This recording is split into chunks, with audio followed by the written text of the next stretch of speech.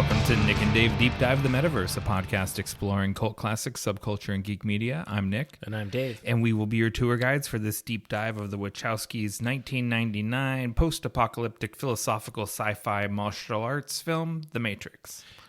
This is a fucking banger. I'm super glad we got to this because we've had a dry spell for a little bit from me. For you, yeah. I liked the last two movies, but you didn't. But this one is right up there with top tier science fiction movies. I said this when we did our Matrix Resurrections podcast, and I'll say it again. I think this is a perfect film. All right, episode over. Yeah. But you know, I'm glad we got the chance to go back and do this one because even though I did really enjoy Resurrections, I kept thinking all through that, you know, I'd rather talk about the original Matrix. Yeah. So I'm glad I'm glad this we got a reason to come and visit this. Yeah, this one brought back so many memories just going through it, just because I've watched it so many times and there's so many quotable lines. And it's such a good movie. In my prep for this, I did a little bit of, I won't call it deep diving, I'll call it shallow diving or snorkeling. Free diving. About the whole, this story was written by someone else. And I can't remember her name, and I'm not going to give her any publicity either because she lost both of her lawsuits. Even though they tried to give her $4 million go away money, she wouldn't take it, and she then claimed that's a moral victory. But I mean, this movie made like almost $500 million. There's no victory there. It's just leave us the fuck alone money. Yeah. Less than 1%. Well, and it's, you know, it's a movie that wears its many influences on its sleeve. Oh, yeah, a million. It practically, I mean, there's like references to Akira and Ghost in the Shell, like within the first seconds of the movie. Neuromancer throughout. Yeah. This is not a movie that is trying to veil any influences. Yeah, it doesn't hide its influences, and it is greater than the sum of its parts because it's got so many layers to it. Yeah. So, you know, even though like so many plot elements, you know, the last episode was Dark City, many plot elements and themes are repeated here, but with more. Like it's not a copy of any other film. Yeah, and the lady, she also sued Terminator and Terminator 2 because the whole premise behind her novel is that it's the machines defeat the humans, and then there's a human resistance, etc. Yeah. So sure, that's Terminator, that's Matrix. You know, it's not, that's a broad concept. That's not that's not someone stealing your story. That's a seed, you know what I mean? Yeah, it's a germ of an idea. All zombie movies belong to Mary Shelley's estate or whatever. You know? Right, it's sure. Doesn't make sense. Harlan Ellison sued for Terminator 2, and he actually got a credit. So okay. I think James Cameron probably took more from him than this person who we're not naming. Yeah, I you know, it's not just I just don't remember her name. When I read through, I just was like, wow, everything's been debunked. I guess this is a non-story. So I wanted to put that urban legend to rest. Right. Because I really didn't know. And I thought there was some truth to it because they offered her money, etc. But we know that that's just common practice in the corporate world because it's cheaper than litigation. Oh, yeah. Warner Brothers has deep pockets, so they can just fork it out. And yeah, so this movie's great. It's firmly cyberpunk. This is real cyberpunk. This isn't Alien Ant Farm. This isn't any of that other nonsense. You know, watching this, I kind of regretted, not just because you didn't like it, but I regretted swapping out Ghost in the Shell for 12 Monkeys because I'd like to see it in the arc, you know, because it's part of the DNA of this movie. Yeah, for sure. And so it would have been nice if we had covered it in this series. Like it would have fit nicely, even though it'd be a rehash. I think once we get past our 200th episode, we need to go back and revisit some of the early classics, because we're in the mid 50s now. So we're a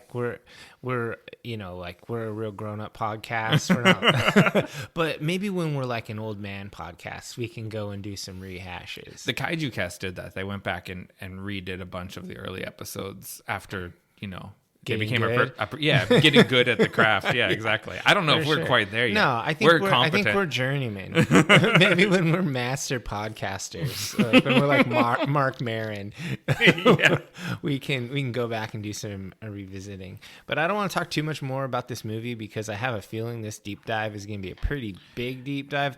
I'll just give the budget information because I always do. It was made for $63 million, and it made in the box office $467 million. So it was a smash. Yeah. Not to mention critical acclaim, 3 sequels, and video games, graphic novels, toys. It captured the zeitgeist of the world, kind of like Batman did the first one. How it was just everywhere. Yeah, and it changed action movies forever. Yeah. It was so good. Like when I was watching this, I was just like, oh my God, we have to watch John Wick because the Keanu fight scenes and gun fu and all that. It's like, it was just like innovation, and bullet time was innovated for this. It was created. I love how they do that with the cameras swinging all around the scene. It's so amazing. It's very low tech and looks very high tech. Like it looks revolutionary, but it's just a bunch of still cameras. Yeah, they like pulled Zoetrope technology. Totally. It's pretty rad. Yeah, and since you mentioned John Wick, I'll just say Keanu Reeves' stuntman in this movie and in several other movies is the director of John Wick. So there's that would be Chad Stahelski.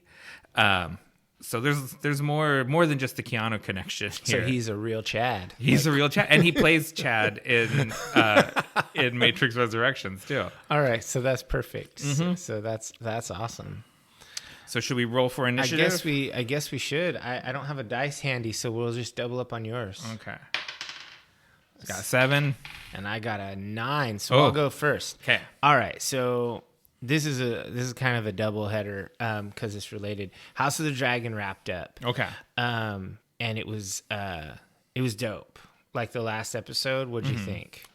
Yes. I liked the last episode. I felt like it ended sort of not anticlimactically, but unless you wanted more. It left off as though there was at least one more episode this season. That's how I felt. Okay, I think they were intentionally trying to leave you hungry. Yeah. But like that scene where Vagar flies over Arax with the silhouette is so scary. It is so scary. It's just horror. I'm like, oh my God, you're fucked. Yeah, man, it's not surprising anyone. I have big feels about dragons, and I sort of hate the Dance of Dragons for stuff like this. Because they fight. Because so many dragons die, and I just like, won't someone think of the dragons? Like, I really hate the dragons killing each other. Speaking of dragons, I love with Damon going down into the dragon pit and singing to Vermithor. Yeah. I was like, oh, this scene is art. It's so good. Like, Matt Smith is a hell of an actor. Matt Smith is great. Paddy Considine was great. Oh, he was perfect as King Viserys. Yeah, both sets of girls were wonderful. Queen Rhaenys, the Queen Who Never Was. Oh yeah, just the casting on that show, it was just so sick. I think ultimately it didn't.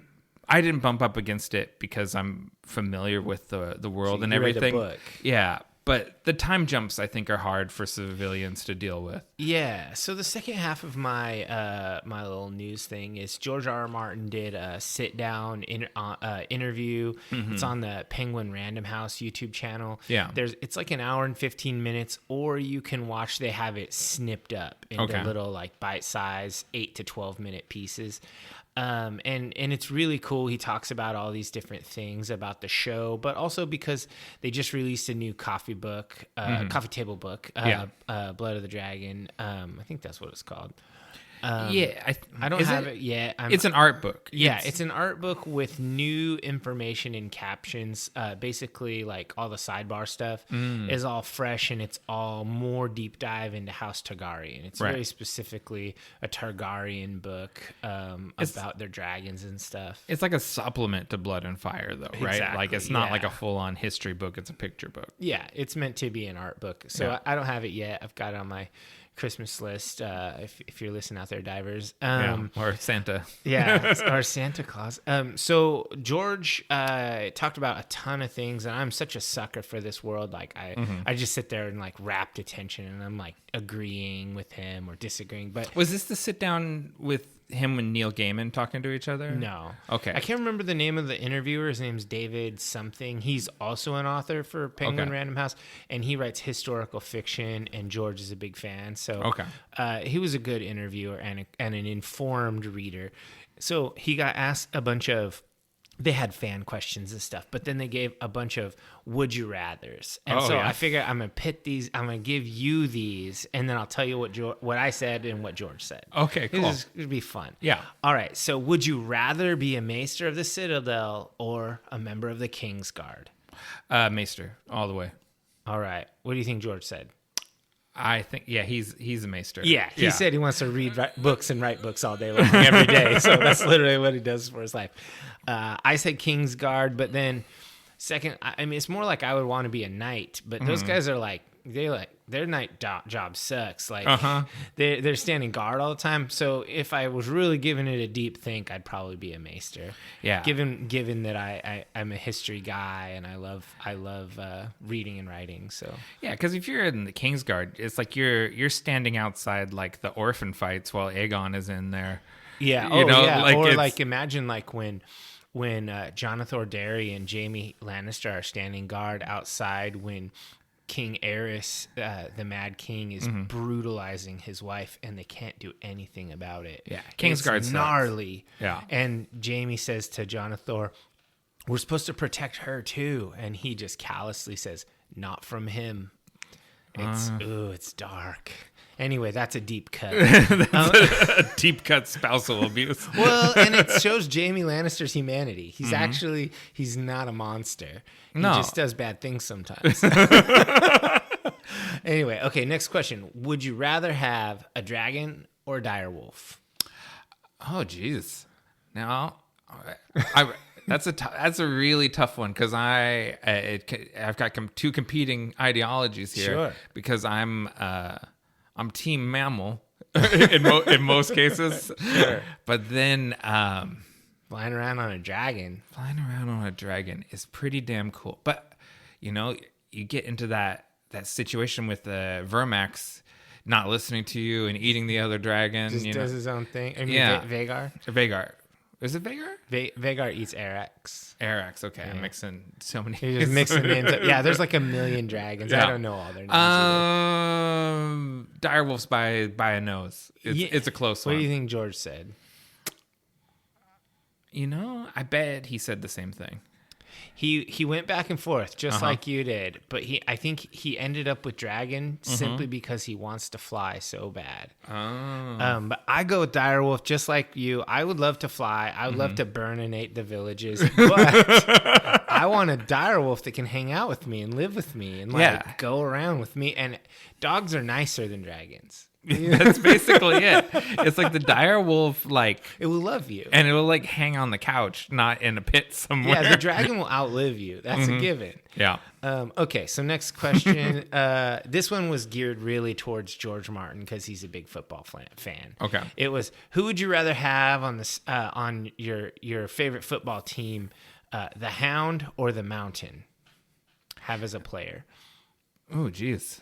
Neither one of them would be a good player. They're both big, badass, athletic dudes. I know, and they're like 1970s Pittsburgh Steelers, sort of like they're out to injure people sort of players. Yeah.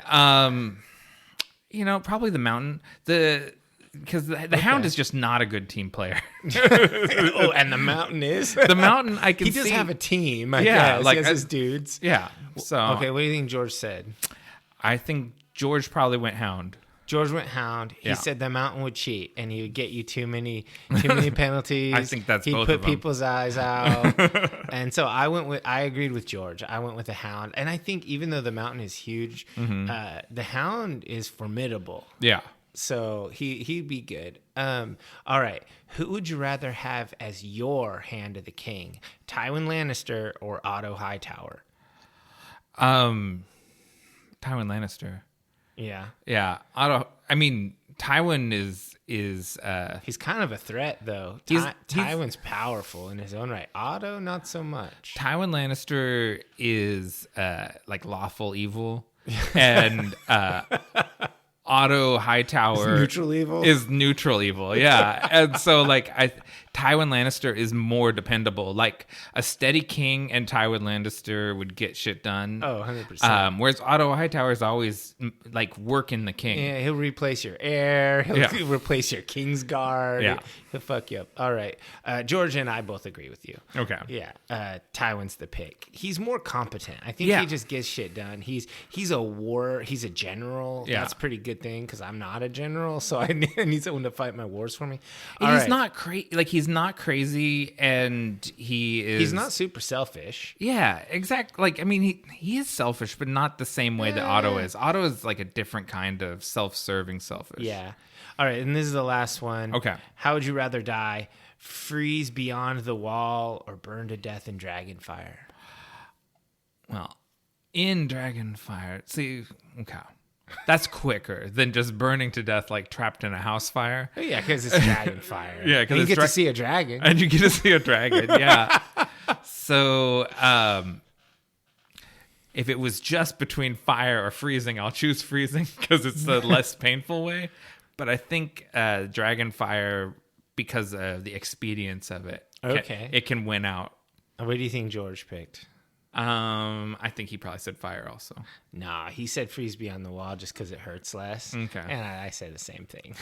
I mean, freezing, you just go numb and fall asleep and die. Mm-hmm. Yeah. So it's not as bad. So that's my news item. It's pretty long, but it's fun. So that was just, so you just had the one, just basically? did the mega thing. No, I have one more that's more just kind of a footnote thing. Okay. Go ahead. So I got two obituaries to lead off with. All right, one just happened today. Oh, shit.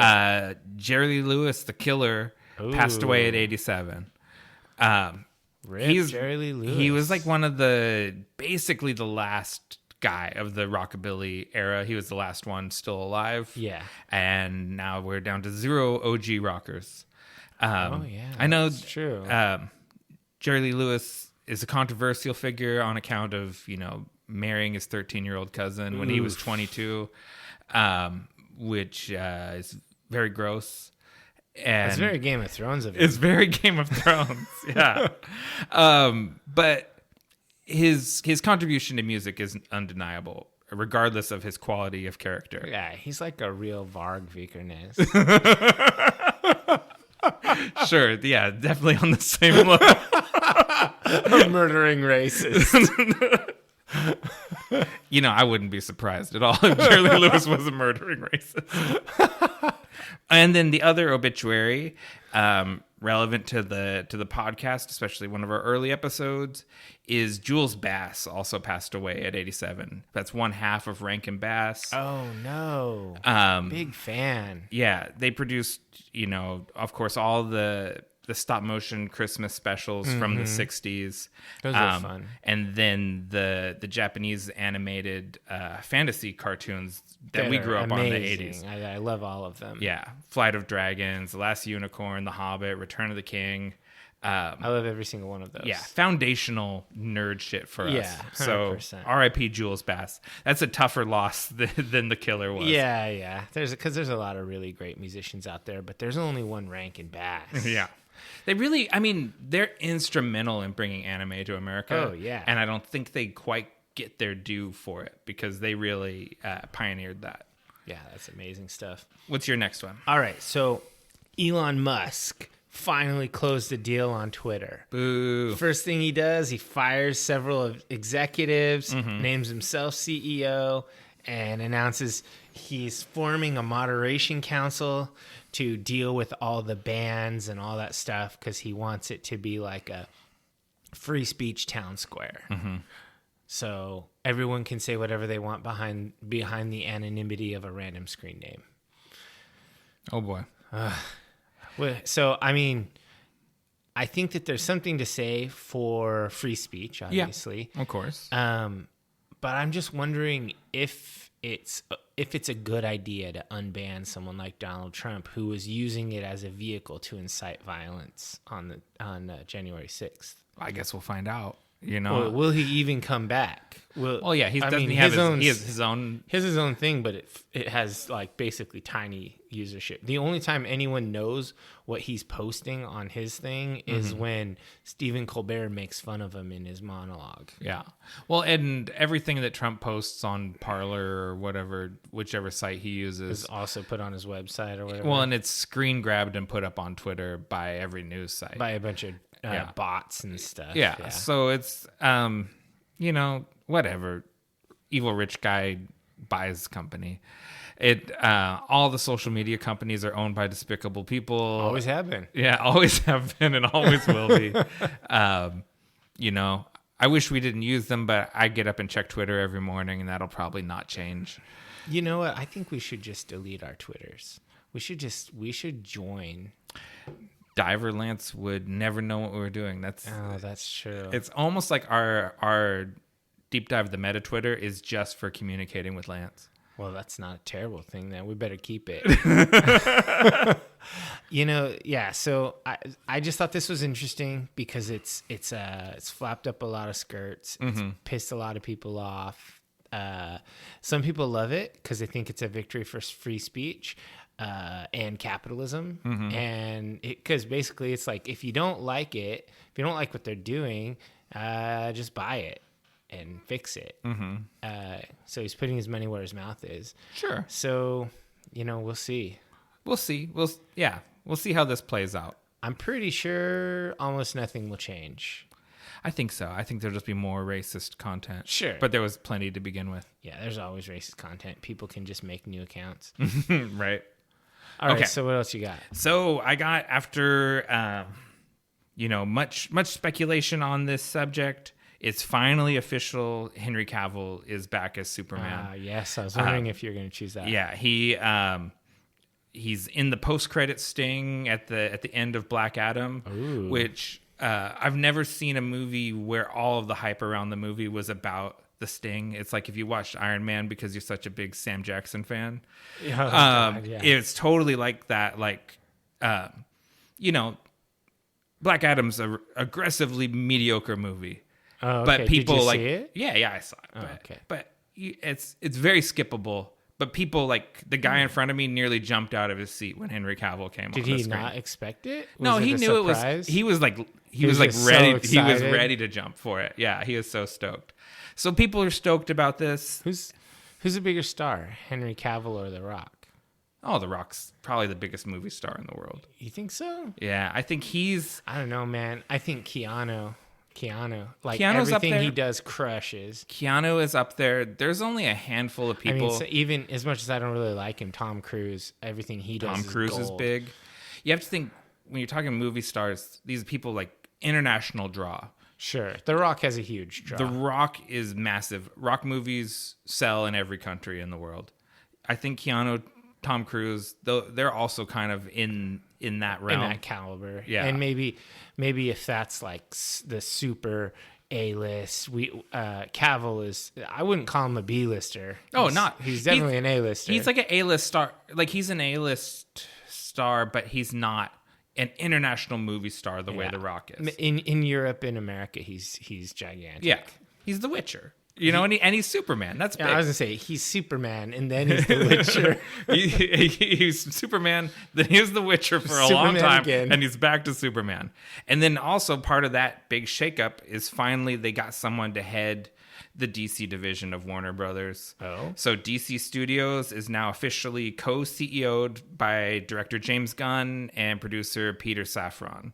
James Gunn. I thought that guy got drummed out of movies or whatever. Didn't he get canceled or something? He was briefly canceled. Marvel fired him from the Guardians movies, and then he was quickly scooped up by Warner Brothers and did the Suicide Squad and Peacemaker, and basically brought great success to them. Marvel also brought him back, so he's got the Guardians 3 coming there, and he's CEO of what's now called DC Studios over at Warner Brothers. You know, I would rather have another season of Peacemaker than another Guardians movie. I don't agree with that. Peacemaker's so good. Peacemaker's so good, but that's not a choice we have to make because we're getting both of those that's things. That's true. John Cena, amazing. Yeah. And have you seen the trailer for the Guardians holiday special? No, I haven't. It's hilarious. Oh. Like, I mean, those movies are comedies. Absolutely exceeded my. I mean, I had did no they expectation. Have all the main characters like Drax and all that. Okay. Yeah, and they're kidnapping Kevin Bacon. Oh shit! and it's really funny. Like, and they get Kevin Bacon. Yeah, it's really Kevin Bacon. So yeah, if you want to see Drax the Destroyer chasing Kevin Bacon around Hollywood, it's pretty magical. Okay, you got me. Yeah, so I think this is good. I'm pro creative people being in charge of a movie studio. I'm pro competition. Yeah. We need better shit. We need Marvel to stop putting out 3-star movies. Yeah. We need them to need quality. We need more like Iron Man 1, you know. Oh yeah, totally. And so I think this is good. It's been a captainless ship for too long, or they had a bad captain. Hamada was a bad captain. Hamada was the big roadblock in bringing Henry Cavill back. Wow. Who would not want Cavill? The best Superman ever. Bitter, petty people didn't want Cavill because he wasn't team player enough for them. Oh, he wouldn't let them own him? Yeah. Without getting too much into the politics of it, basically, he wouldn't show up to shoot an unpaid cameo at the drop of a hat without renegotiating his contract. And they're like, well, how about if you never work again? Oh, yeah. Never work again. Yeah, that'd be great. Yeah. Because I am firmly on the fuck you, pay me plan. Mm-hmm. Same thing with my job. They want me to come in after hours. Pay me. Right. I do not do shit for free. I'm a professional, not a volunteer. So that's my take on it. I guess I could be biased, but that's how I read what happened. And so I'm glad the old management's out. New management is pro-creative. And I hope that guy never works again. How dare he threaten Henry Cavill? Billionaires only fall up. Is that guy a billionaire? I don't know. He's at least a millionaire. Yeah, he's a multi-millionaire. Many times over. Probably not a billionaire. There's not a lot of those. I mean, there's probably a few hundred in the world, but yeah, that's an elite club. Very much so. Yeah, that's good. I mean, there's a new brewery opening in Portland called TPK Brewing. Like Total Party Kill? Yeah. It's a nerd brewery? Oh, it's a nerd. Shit. It's a role-playing themed brewery, brew pub, where the people that run the brew pub run games. Oh, shit. And so there will be gaming in there, but it's not, you don't have to be role-playing to go be there, but it's a gaming space. There's private rooms for gaming. There's public spaces for gaming. And it's also going to be a cool brew pub. The head brewer is coming from stints at Von Ebert and Oregon City Brewing. Okay. So she knows her stuff. And it's going to have Hawaiian food, courtesy of Hapa Howie's and Barcata PDX. And so I'm stoked on this, and I figured this would be win. Yeah, this seemed up your alley too. Yeah, I wonder where it's at. Like if it's in like a hard to get to place. I doubt it. That's always my luck. Like something cool will open and it'll be in like Tigard or Hillsboro. Yeah. Like fuck. No, I don't think so. I didn't capture the address to put in my notes here, but no it worries. It seemed like it was just central Portland. Yeah. Cool. All right, so let's go ahead and get into our podcast fuel. What do we got? We are drinking Non-Duality from Imagination Brewing out of Missoula, Montana. It's a New England IPA, uses a hop combo of 7 pounds per barrel of Nelson Sauvin, Strata, Motueka, and Citra T90 Cryo hops. It's creamy, unbelievably smooth on the palate, and waves of passion fruit, gooseberry, and zesty lime. 7.3 ABV and 0 IBUs listed. Yeah, I was going to say there's no bitterness. This is a 0 IBU beer. Yeah. It's good though. I like it. Yeah, it's definitely very it's like people who hate IPAs they could drink this. Yeah, because it is like this passion fruit and gooseberry and lime. Those are what you're tasting much more than the boatload of hops that are in there. Also, those people that are like, I hate IPAs. It tastes like blah. It's like pine needles. Come on, there's a million kinds. It just takes a little effort of trying multiples and figuring out. It's like saying, I hate pizza. Okay, dude. It is a lot like that. There's as many kinds of pizza as there is IPAs. And then thematically, Morpheus describes non-duality to Neo at multiple points in the movie. So I just thought that was on point. This is really, this is good. This is on point and the good beer. So we're good to go. Cool. So let's take a short break and then we'll come back and do a real quick deep dive.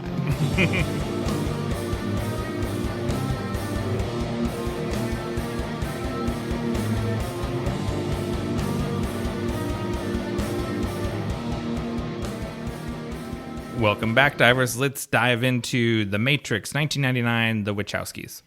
So when I went and saw this originally in the theater, I wasn't sure what to expect, and I think the opening number crawl with the green numbers, and all you hear is Trinity and Cypher's voices talking. And then you have kind of a cool opening graphic sequence. Right. I was like, I didn't know this was, it was going to be like this. Like, it started off, in my opinion, kind of like somber and chill. Yeah. Whereas all the previews on TV or whatever were like just Neo dodging bullets. Right. Like, so you're just thinking like, oh shit, this is just like fucking latex fight scenes. Yeah, cool graphics and the whole fights. thing. And so it's just like, oh man, we have these old school green numbers like from the old computers, and we have these people talking, and then you have like some cool computer animation, and I was just like thinking, okay, this is going to be cool. It's not just a flash in the pan. Yeah. I remember being kind of immediately struck by the visual similarities with Dark City, which was a fairly recent movie when this came out. And then the action kicks in, as the first wave of cops go to attack Trinity. Yeah. And then it's like, oh shit, no, this is something different. Yeah, because she's in a hotel. The same one from Dark City. It's the same hotel. And I was just like, this looks just like Dark City. And then you kind of are looking around and you see this is an abandoned hotel, and cops are like coming in, and they manage to corner Trinity, and she's got her back to them. And I'm just like, this is pretty cool. And then she just starts fucking wrecking house. And I'm like, oh shit, this is like a fucking John Woo movie. Yeah, it is. It's very Hong Kong. And that's down to the choreographer, the fight choreographer, Yuen Woo Ping, which was not common yet, in American film. We talked about this a bit in the Crow episode. Hong Kong style choreography, when it showed up in American movies in the 90s, it was always like, fuck. Yeah, everyone was like, Jesus, what's happening? It's like, people can move like this. It's not just like Dirty Harry walks up and punches a guy out. Yeah, totally. It's like people because we get that first bullet time shot of Trinity kind of raising up in like a crane kick thing. Yeah. Before she starts wrecking cops. And it's like, it's immediately visually arresting. Like, you're like, whoa. Yeah, it's just this opening action scene. It's like a taste of what you're gonna get down the road. This is the prologue of the book, where they show you the other killing the Wrong Way Ranger, Sir Waymar Royce. Yeah, and then we get real because Agent Smith shows up, and you're like, party's over. Yeah, and and the cops are like, oh great, it's the feds, and you kind of. It's such a familiar trope of the feds rolling in, cop versus fed. Yeah, that you feel like you know what's happening, even though you really have no clue of what's going on. And there's barely any dialogue between them, and you don't need it though. Yeah, because this is tropey on purpose, because it's the Matrix. It's a simulation. Yeah, because the cop says, I sent a whole squad up there, and they can handle one little girl. And Agent Smith is like, no, officer, your men are already dead. And you're like, I gotta say though, from the beginning to the very end, Hugo Weaving crushes it. I love him so much. He's just amazing. I was just like, this guy is an all-star. And then later on, when he's in the Lord of the Rings movies, I was like, oh shit, this guy again. Fuck yeah. Yeah, Hugo Weaving's always great. And not to sidebar too much onto Lord of the Rings, that all, I eventually grew to love the Elrond in Rings of Power also. But it was a hard sell to move to replace Hugo Weaving because he's irreplaceable. Yeah, I think by the end of it, I was behind the new Elrond just in his own merits, mostly because of his interactions with Durin. Yes. Oh, totally. Made him lovable, but honestly, Hugo Weaving is the GOAT Elrond. Yeah, there's no replacing Hugo Weaving. We're on the same page. The agents go in there, and I think we see one of the agents replaces one of the cops. Yeah, so that's like a new thing. Yeah. It's like, oh shit, what's even happening? Yeah. And, Trinity runs like hell when she sees an agent. Yeah. They do a rooftop chase. She jumps a huge span that shouldn't be able to be followed, and the agent just hops right along with her. And the cops are all gobsmacked by it. I thought that this rooftop chase scene, because a rooftop chase scene is it's like movie cliche, you get some cool parkour stuff. Yeah. And so they're doing it, and I'm like, oh, okay, this is cool. We get some of that in The Crow, And then she does the crazy jump, and I was like, oh, shit, that's cool. Yeah. It's a little superhero-ish. And then the agent follows, and then she goes, and she runs and jumps like the head first dive through the window across the gap. I was like, oh shit. Yeah. It's like every time I thought I had a trope pegged, they go ahead and twist it.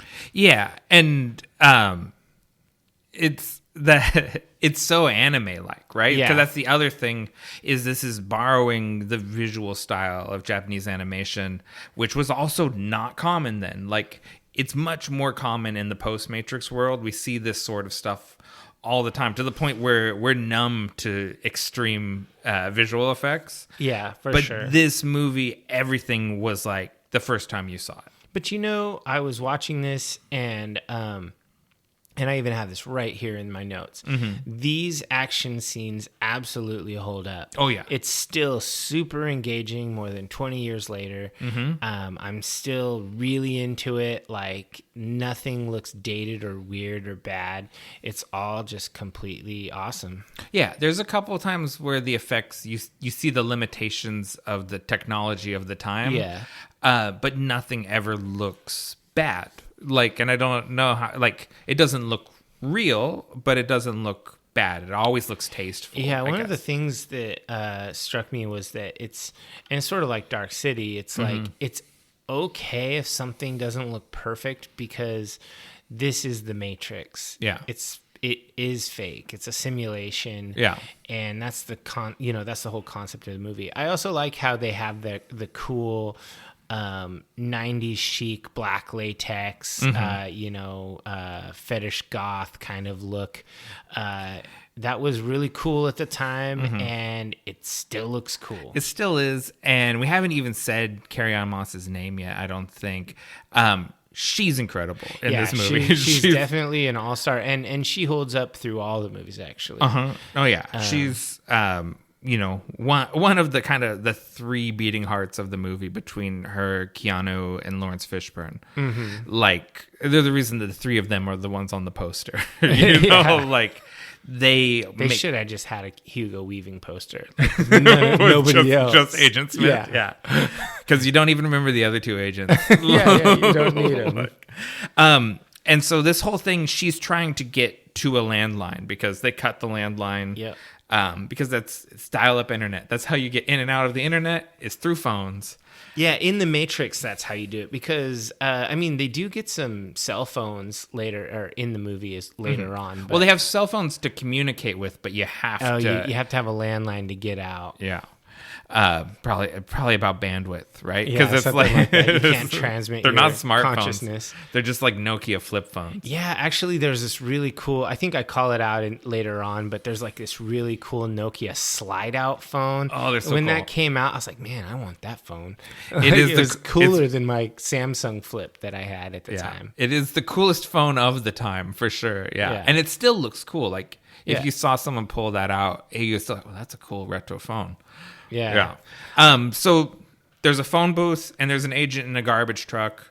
And so it's a race to get to the phone booth. Mm-hmm. We don't really know what's going on because she gets to the phone booth. And no one has explained anything. Yeah, which I love that.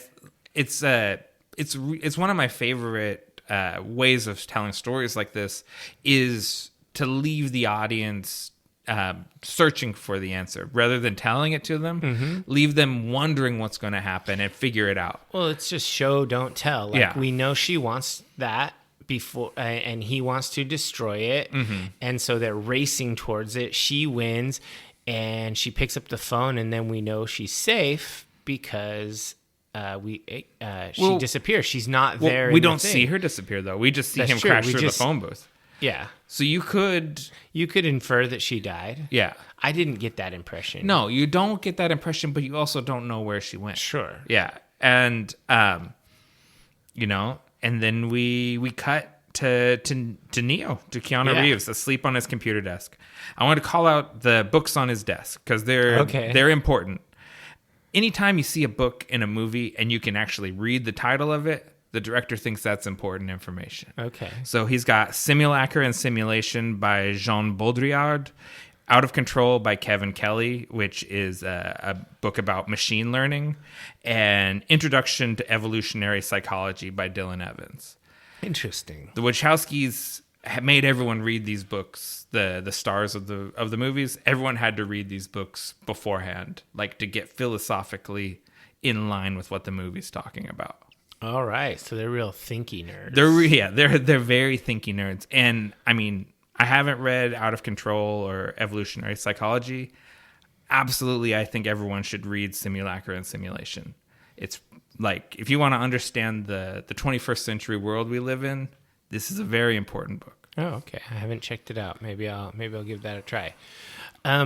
Yeah, so I think we see Thomas Anderson in his cool nerd hacker den. Mm-hmm. He's got stacks of CDs. Yeah. He's got there are some mini discs. There's the Sony mini disc RIP. Oh, that was a good format too. It is a really good format. And I just like his setup, like the set design here. This apartment was really cool. Yeah. The CRT monitor, all that stuff was rad. Yeah, and he's got a message flashing on the screen. Like it's like "Wake up, Neo," and it tells him to follow the White Rabbit. Yeah, it says the Matrix has you. And I was like, what does that mean? Yeah, and it's so funny the idea that getting an instant message is disconcerting. Yeah, he was really like creeped by that. Yeah, because in the time of dial-up, it's very difficult to send an unwanted instant message. There's no way to log on to someone else's computer. To just force something. Yeah.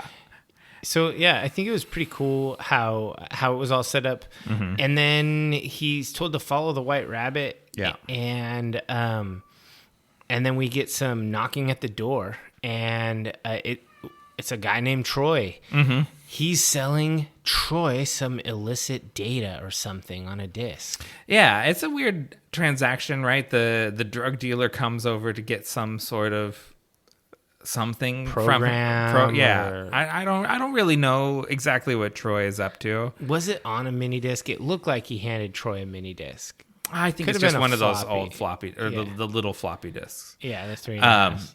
And basically, Neo's he's a little disconcerted, and he says to Troy the thing about, do you ever get that feeling like where you don't know if you're still dreaming or if you're awake? Mm-hmm. And he's like, yeah, all the time. It's called mescaline. And he's like, you know what? You need to unplug and come out and party with us. And, so they invite him to come out to the club, and he's like, no. He's trying to say no, but the girl has a white rabbit tattoo. Yeah, and that's too much of a coincidence. Mm-hmm. And so he has to follow them. There's lots of this stuff. There's lots of allusions to Alice in Wonderland and The Wizard of Oz. And there's absolutely a read of this movie where the whole thing is in Neo's head. Like, it's all a delusion that he's having. Okay. And I think it's in the text. Like, I think it's intentionally there. I think as we get deeper into the sequels, it gets harder to read it that way. Sure. But you can, and many people do, like Diver Sam, for instance, absolutely thinks this movie all takes place in Neo's fantasy world. So which is the real place that he is in? Is he in like an asylum, like on the Nebuchadnezzar, or is he in his own, that apartment? Is he Mr. Anderson? Yeah, I think he's in that read. It's an elaborate dream, or it's a program that he's created. But there is no real world in the whole movie. I kind of hate how the fourth movie just cheapened it all. I don't feel like it did. I feel like no, I don't think that it cheapened it. Oh, you don't think so? No, I don't think so. I don't think the fourth movie. I think the fourth movie made fun of itself. Yeah. Well, I think it makes fun of everything that surrounds the Matrix and the whole idea of franchises and sure, stuff like yeah. that. It's very self-deprecating, very meta, intentionally. Yeah. But let's get back to the original, the OG. Yeah, so they get him to go to a club, and I was just thinking, man, this club looks dope. I want to go there. That shit looks great. It's like there's music. I mean, it's Rob Zombie, but we can give him a pass. Yeah. It was cool. I don't know when it became not cool, when it became just radio rock. I mean, I never thought solo Rob Zombie was cool, but I'm like White a little Zombie's good. Yeah. White Zombie. I'm always for White Zombie. But I saw Rob Zombie a few times. I never saw White Zombie because I was just like a little too late for that. Yeah, for sure. He didn't do a lot of White Zombie didn't do a lot of festival touring. No, and in this era of the first Rob Zombie album, there was multiple White Zombie albums and one Rob Zombie album. Yeah. So the sets were mostly White Zombie songs. Yeah, like the first Soulfly tour. Yeah, exactly. But we're tangenting too much. Yeah, so the club is pretty rad, and they're there, and he's just kind of standing off by himself doing his own thing. He's being a loner. He's a lurker. He's doing a Dave because I would do that at that club, just people watching. And there's nothing wrong with people watching. But then Trinity shows up. Yeah. And, she gets up real close in his bubble and talks to him. Yeah, for sure. And he's not against it because she looks really good. Oh no, this is very sexy. Yeah. The Matrix fucks. like this is a very sexy film. It's one of the things I like about the Matrix series is that it is adult oriented. Sure. And like we talk about like the modern superhero movies, for the most part, they're very chaste. Oh, like for kids. It's like adults acting like kids almost. Like everyone's adults, but no one has adult relationships. The Matrix is very mature. Can we cancel superhero movies? I mean, no, I don't think so. We don't have the power, but can we hypothetically as a society just be over it? I mean, I think a lot of people are. I think that's something that has always existed since like the beginning of time. Fairy tales. Yeah. Mythology, whatever. But I do like adult content. You know what I mean? Like, for sure. And I like family content just fine, but I'm happy with adult content. Like at this Nick point, prefers his movies to fuck. There's not enough fucking in movies anymore, if you ask me. It's all on Game of Thrones, and there it's incestuous most of the time. It's weird, Yeah, I want people that aren't related to each other. Weirdo. Yeah, I know. What's wrong with me?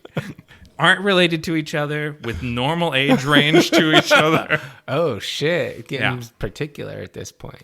So, anyways, she drops a little knowledge on him about Morpheus and what's going on. And well, she doesn't actually say his name. Like, I know right. who you're looking for. Oh, you're right. She's really talking around it. She's leading him. I know the man who you seek. Yeah. And she's really, like, I think the dialogue in this scene is really clever. Like, I really enjoyed the writing here. Yeah. And then kind of abruptly, Neo wakes up back in his room. Yes. Which this leads into the whole thing being a fantasy idea, right? Like, because this very He well just had a dream of a hot lady. Yeah. It's totally plausible at this point. Never happened. Yeah. And he's late for work, so he's gotta get to work. And he goes in. He's late for work, and he's in the office. And his boss is this typical kind of douchebaggy guy in a suit, and he's just totally dressing him down. And they're both in suits.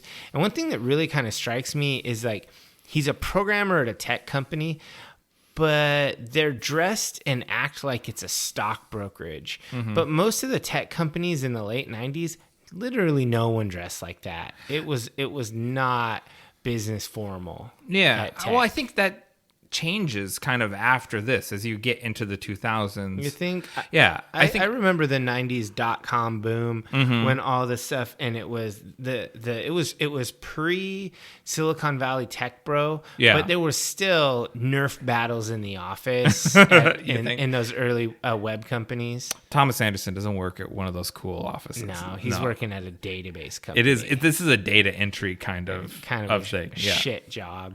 Yeah, because actually he's not. Is he really a programmer, or is he just a computer dork? I think it said he was a programmer, but I don't think it's important to the story. Yeah. I just thought it was weird how business formal they were.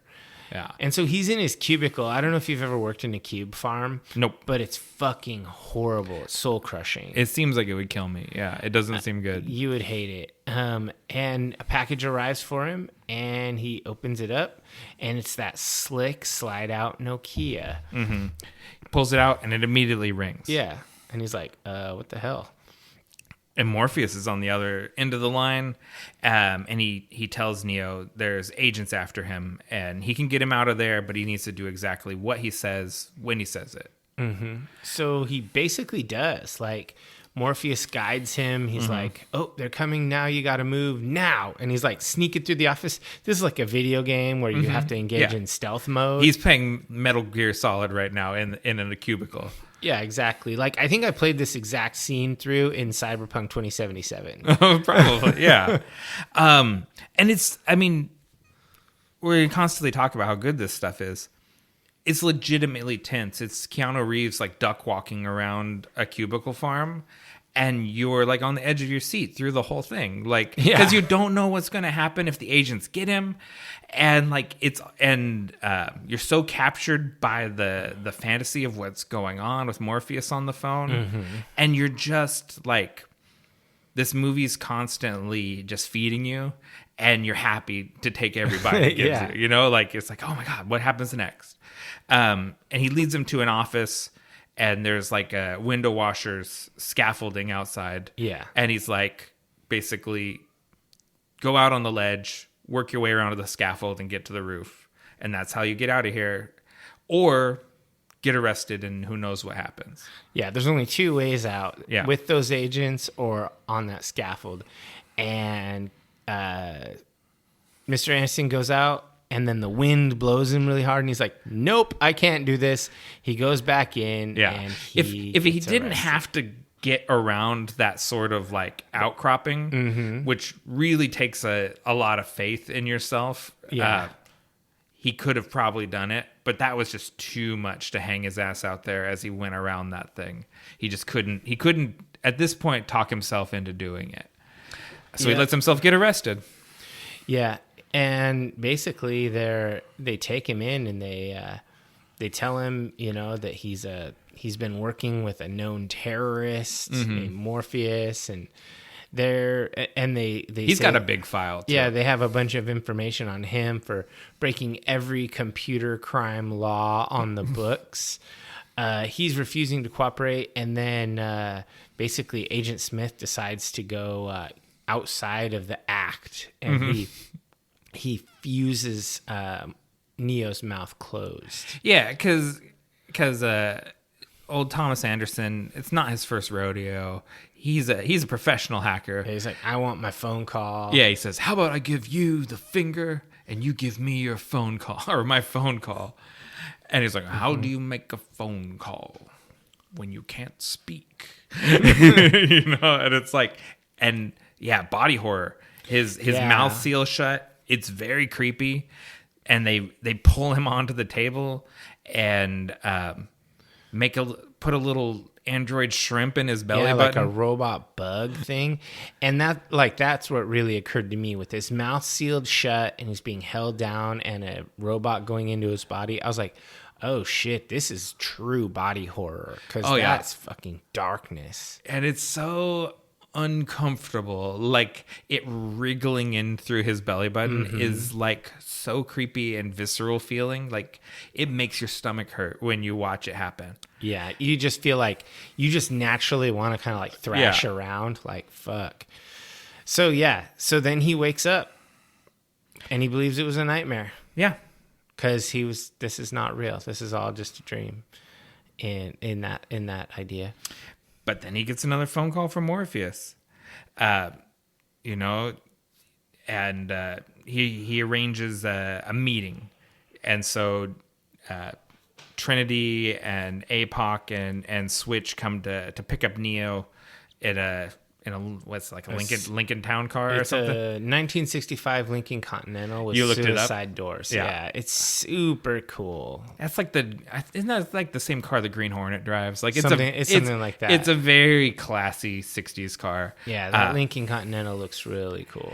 And as much as I liked Dark City, I'm not going to shit on that movie. The same sets look cooler in this movie. Yeah. It's like, I remember this bridge. It looks cooler here. Why? Yeah, it's the camera work and the lighting and the rain. I loved the rain in this. It's raining really hard in this scene. The actors are just drenched. And that's another repeated theme, right? Falling water. The falling code resembles falling water. There's a window washer at the office building, so there's water trickling down. It's raining here. You see the falling water repeats all through the movie. Yeah. Anyways, they get Neo in the car. Switch pulls a gun on him. They don't quite trust Neo yet. Mm-hmm. And they get out a weird steampunky looking machine to extract this bug out of Neo's stomach. Looks like a big gun with an ultrasound thing stuck on it and some light bulbs. Yeah, it's very sci-fi. Yeah, it's very sci-fi and it's very like improvised. Like it does make me think of like 12 Monkeys and like that sort of like they're coming from a post-apocalyptic situation. And it pulls the thing out of his stomach. And he's like, "Holy shit, that thing's real!" Like he was still thinking it was like a dream. And they chuck the shrimp out the window, and they take him back. I think to the same hotel from the opening scene of the movie. Yeah, I think so. Yeah, and they take him to go and see Morpheus. Yeah, and I was just noting, like, when you look at the sets and you look at the rain and all this stuff, it looks like The Crow to me, like, and the long coats on everybody, and I was just like, wow, this is really my aesthetic. Yeah, there's a lot of full length trench coats, which I do think they look dated because people don't wear coats at that length anymore. That's true. It's more nowadays. 3/4 is a lot more the thing. Yeah, but it really works because say for Morpheus is the serpent in the garden right now, right? Mm-hmm. He's about to offer the apple, the fruit of the knowledge of good and evil to Neo in the form of the red pill, and he's wearing a full length gator skin trench coat. Yeah. And he has like the little cool sunglasses. Those are so cool, the clip-on glasses. Yeah. They look rad. So he is the snake in the garden. And he even said, he's like, I'm not offering you anything except for knowledge. Yeah. I'm just going to offer you the truth. Yeah. And so he hands him, either a blue pill, you go to sleep and wake up back in your apartment like nothing happened. Red pill, he says, I'll show you how far the rabbit hole goes.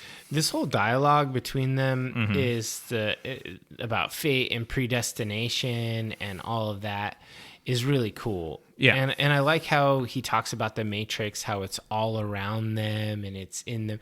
For a moment there, it sounded like Obi-Wan Kenobi talking about the Force. Oh, yeah. It definitely has shades of that. Oh. And it's just meant, I think it's intentionally trying to evoke all of these things that are in your memory. It's trying to make you feel familiar. Yeah, and Morpheus, like, definitely in 1999, I hadn't read anything. I hadn't read about Zen philosophy. I hadn't read like any sort of philosophical books. Now I recognize so much of what he's saying. Like he's like, oh, this is from Dogen and this is from Baudrillard and this like he's giving like this mishmash of different philosophies and Zen koans and stuff. But it's all kind of rooted, you know what I mean? Like it's not just nonsense. Like a lot of the stuff Obi-Wan says is nonsense. Sure. This is all rooted in real philosophies, and it gives it weight that it wouldn't have otherwise. Yeah, that's true. And so he gives him the option, the red pill or the blue pill. And I really hate that Trump supporters have co-opted the take the red pill thing. Yeah. Excuse me. Basically, like the idea of you need to wake up and see reality and all of that. And it's so dumb because the Wachowskis are so fucking liberal. Oh, yeah. Like, they're trans ladies. They couldn't be more left-wing. Like, this is a pretty anarchist movie. Anti-establishment. Yeah, and it's just like Fight Club in that way, where the most toxic dude bros of the internet latch onto it, despite the fact the creator hates them. Yeah, you know what I mean. And it's absolutely not for them. And if anything, it's critical of them. But they latch onto it. Like when jocks like Nirvana and Kurt Cobain hated them. It's very much like that. You can't quite control who adopts it, because everyone latched onto the Matrix. Like it had that sort of broad appeal. Yeah, so the pill is actually a carrier program so that they can locate him in the real world. And so after he takes it, his reality, it kind of distorts, and then he wakes up in a liquid-filled pod. Yeah, I mean, well, let's not brush over the whole, like, being enveloped by the mirror thing and everything, because that's a really cool, evocative visual. Yeah, there's some really cool stuff in this part of the movie. The initial meeting with Morpheus is one of the really cool moments in the story. This is where the hero has to decide whether they're called to action or not. Yeah. And like there's a broken mirror there, and it reforms, and he touches it, and then the mirror like oozes all over him and envelops him, and it's like it's going down his throat. And he's going into cardiac arrest because they need to get him. We don't know where he is. Yeah. But they need to get him out of there in the real world. And then, as you said, we find him in a pod. He kind of pops up out of this amniotic sac. Yeah. He's bald, no eyebrows, tubes stuck in him all over the place. And this big, like, weird insectoid robot comes, picks him up by the neck, and pulls the coax cable out of the back of his head. But even before that, basically, like when he opens up and he pulls the first one like out of his mouth, out of his throat, yeah. I was just like, yeah, he's like intubated, and then he just looks around, and you just get this beautifully dystopian look of just towers upon towers of humans in these pod sack things, and it's just absolutely gnarly. Oh, it's so cool. And before someone messages me, intubated is for breathing. It's a feeding tube. I know that. I was just grasping for the wrong word there. Yeah, one of the you probably would have had like 47 notifications. Like no, just one. Intubated, actually. No, well, I know. It's just the wrong word. And then shouts to Jeff Darrow's design work here. On the big robot thing. The robot. I call it a biomechanical hellscape. The battery farm of humans, like it is so creepy and You said body horror earlier. Mm-hmm. It gives you all that sense of body horror, and like it's like, oh my god, like what is this place? It's very freaky. Like when the robot, it looks like a cross between a Star Wars Imperial torture droid and a spider. And when it pulls the thing out of the back of his head, I was like, oh shit, that's a big needle. It's deep in his brain. Yeah, and then as you said, it just flushes him. Yep. So it's just like, oh, another one woke up, flush him. See, I've read it that way a lot of times. But that's not what the machines do, right? So the machines recycle people. Sure, yeah, you're going to go eat them, right? So, yeah, the good guys are piloting that. They're piloting that robot and unplugging him, and they flush him. Because if he just was malfunctioning, they just would liquefy him and put him into the system. On the spot. Okay, interesting. So he goes down into these sewage tunnels, and it's pretty gross down there. Yeah. And, whereas everything in the Matrix, even though some of the places seemed kind of dirty, everything had a certain amount of polish to it. Mm-hmm. Here, everything's just legit gross. There's no polish on anything. Yeah, and they pluck Neo out of the water like he's a claw machine toy. Yeah, and he's brought up into the Nebuchadnezzar. Yeah, which is the name of their ship, and they say, "Welcome to the real world." Yeah, the real world sucks. Yeah, it's like, oh shit, this place is lame, and this ship is gnarly, and everything sucks, and well, your body is also just in complete pain. Your whole body is aching. Yeah, I mean, because he's never used his body up until this point. He's just been floating in this pod, so he's his muscles are atrophied.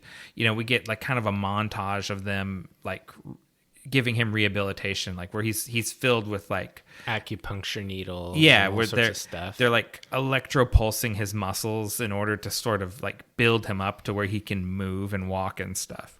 And they kind of surgically remove most of the plug ports from his body, but not his head. Yeah. I mean, it's actually for medical usage, having all these pre-implanted plugs is pretty useful because they had him on like a feed, like a fluids tube or whatever into the port on his arm. Yeah. Because you know what? I mean, the machines, it's already there. They've already fitted you with those plugs. Because he wakes up and he pulls it out, and once again, this is a really long needle into his arm. It's deep. Yeah. Very uncomfortable. Morpheus kind of drops as much knowledge as he can take at the time, right? He says, you believe it's the year 1999. Actually, it's closer to 2199. But I can't tell you exactly when it is because honestly, we don't know. It's like, damn, like it's 100 years in the future, and and you don't like, we're not even sure when it is. Like that's how bad things are. Yeah, and then he gets, after the medical montage, he gets up and he gets to meet the crew. And he meets Epoch, Switch, Cypher, Tank, Dozer, Mouse, and Trinity. And they sit him down in a chair and they jack him in again. It's like, well, fuck me. Like, first thing you do, just jack him in, and it's just this full white construct. And the interesting thing to me was how utterly silent it was, like right then, because the whole time when they're in the ship, there's like the whirring and humming and all of this of the ship. But then once you go into this construct, the pure white space, it's just absolutely quiet. It was almost eerie. Yeah, it's really great sound design. Yeah, it very much like it's constantly manipulating your mood with the sound. It's the sound is doing what it's supposed to in a movie. And Morpheus, this is one of our exposition dumps where Morpheus kind of explains how everything works in the Matrix and stuff to Neo. About the phones and the hackers and all of that stuff. And then he shows him the the real world. Like he shows them a vision of what the surface world looks like on Earth. You know, because he says, what's the line about no one knows who struck first, the humans or the machines, but we know it was us that scorched the sky. Because we believe that the solar energy, without energy abundance of the sun, they would lose. But turns out they just decided to harvest bioelectric power from the humans. Yep. But then they learned that when they tried to make a perfect matrix, we get that later. That's actually. later, yeah. And if you want this stuff about like the war and like what happens, absolutely track down the Animatrix and watch that. I think it's on HBO Max to stream. And it goes through all this. It goes through the prologue and the war with the machines and everything, and it's like there's good content there. That's pretty cool. One of the things that I like when he's explaining is he talks about like why does Neo look the way he looks, like with his hair, his jacket, and his clothes, and he calls it his residual self-image. Yeah, I really like that idea. It kind of reminds me of like how you see yourself in a dream. It may not be the real you, but that's kind of your mental vision of you, right? And I just kind of think of that like I wonder what my mental what is my residual self-image of myself. What would I look like in the Matrix? It is interesting because it's not necessarily your idealized self. No, it's just what you think you are. Yeah, which that it's maybe your truest self, and that does almost I think at this point Morpheus has kind of talked about the one, the person that can remake the Matrix as they see fit. Yeah. And we're starting to kind of, he thinks Neo is that guy. Yeah. And the whole, the way you project your self-image into the Matrix, it does almost lead you to the idea that almost anyone could do what Neo can do. Yeah. If they were fully realized, right? Like, because you're already affecting the Matrix with your self-image. Yeah. So it's like people, like they all kind of have these powers to manipulate it, but Neo, they think, is something next level where he's one with the Matrix or whatever. Yeah. And basically, like at the culmination of all of this, Neo decides he wants out. He's not in it to win it. He wants to leave. He ends up vomiting, and he's delirious. Yeah. And he doesn't believe Morpheus. Yeah, he kind of rejects it, and this is a classic hero's journey trope where the hero doubts himself and all of that. Yeah. Because that's another one, like that's another level that the Matrix is functioning on. If you want it to be, it is just Luke Skywalker, right? Like it's just the standard Joseph Campbell hero myth. Yep. And it reads perfectly well, and actually exceptionally well, that way, as just a straight up adventure story. Yeah. I mean, I think that the Matrix is actually like a textbook example of the monomyth. Because when Neo, he wakes up and Morpheus kind of apologizes to him because he says, it's sort of my fault because we have a policy of not awakening someone once they've reached a certain age, but you were special, and so we had to do it. Yeah, you're the one. We have to. We have to let you out. And so basically we just kind of learn that Morpheus and his dudes, they're a bunch of like rebels that go around and unplug enslaved humans and recruit them to be part of their little like shadow war against the machines. The machines, because there's only one human city, Zion. It's buried deep in the earth, and so in order to keep getting people free, they got to have these pirates, basically. Yeah, and so Neo goes to see Tank, he's the operator. Yep. And so Tank is the one that tells him about Zion. Yeah, and Tank starts downloading programs, and Tank kind of goes, he's like, well, here's these operating programs. And he's like, but that's no fun. Let's stick to combat training. Yeah. And there is this sort of Diver Sam pointed this out to me, so I need to call it out. Tank and Dozer are brothers. Yeah. And a bulldozer and a tank are essentially the same machine, except one's for construction and one is for combat. Yeah. And so Tank is all focused on combat. Yeah. You know what I mean? And so he starts like uploading combat fighting styles to Neo, and Neo's just like a sponge for it. He just like, give me more jiu-jitsu, aikido, kempo, the best taekwondo. The best line is when he goes, "I know kung fu." Yeah, and to which Morpheus replies, "Show me." Yeah, it's so perfect. I can't. I on the whole Tank and Dozer thing, I think I've known like maybe 3 different people who've got 2 dogs at the same time and named them Tank and Dozer. Oh, really? It's like I think one was a pair of Rottweilers, one was a pair of Pit Bulls. Like, it's just kind of a thing. The thing I always find that's a good name for a pair of animals. Yeah.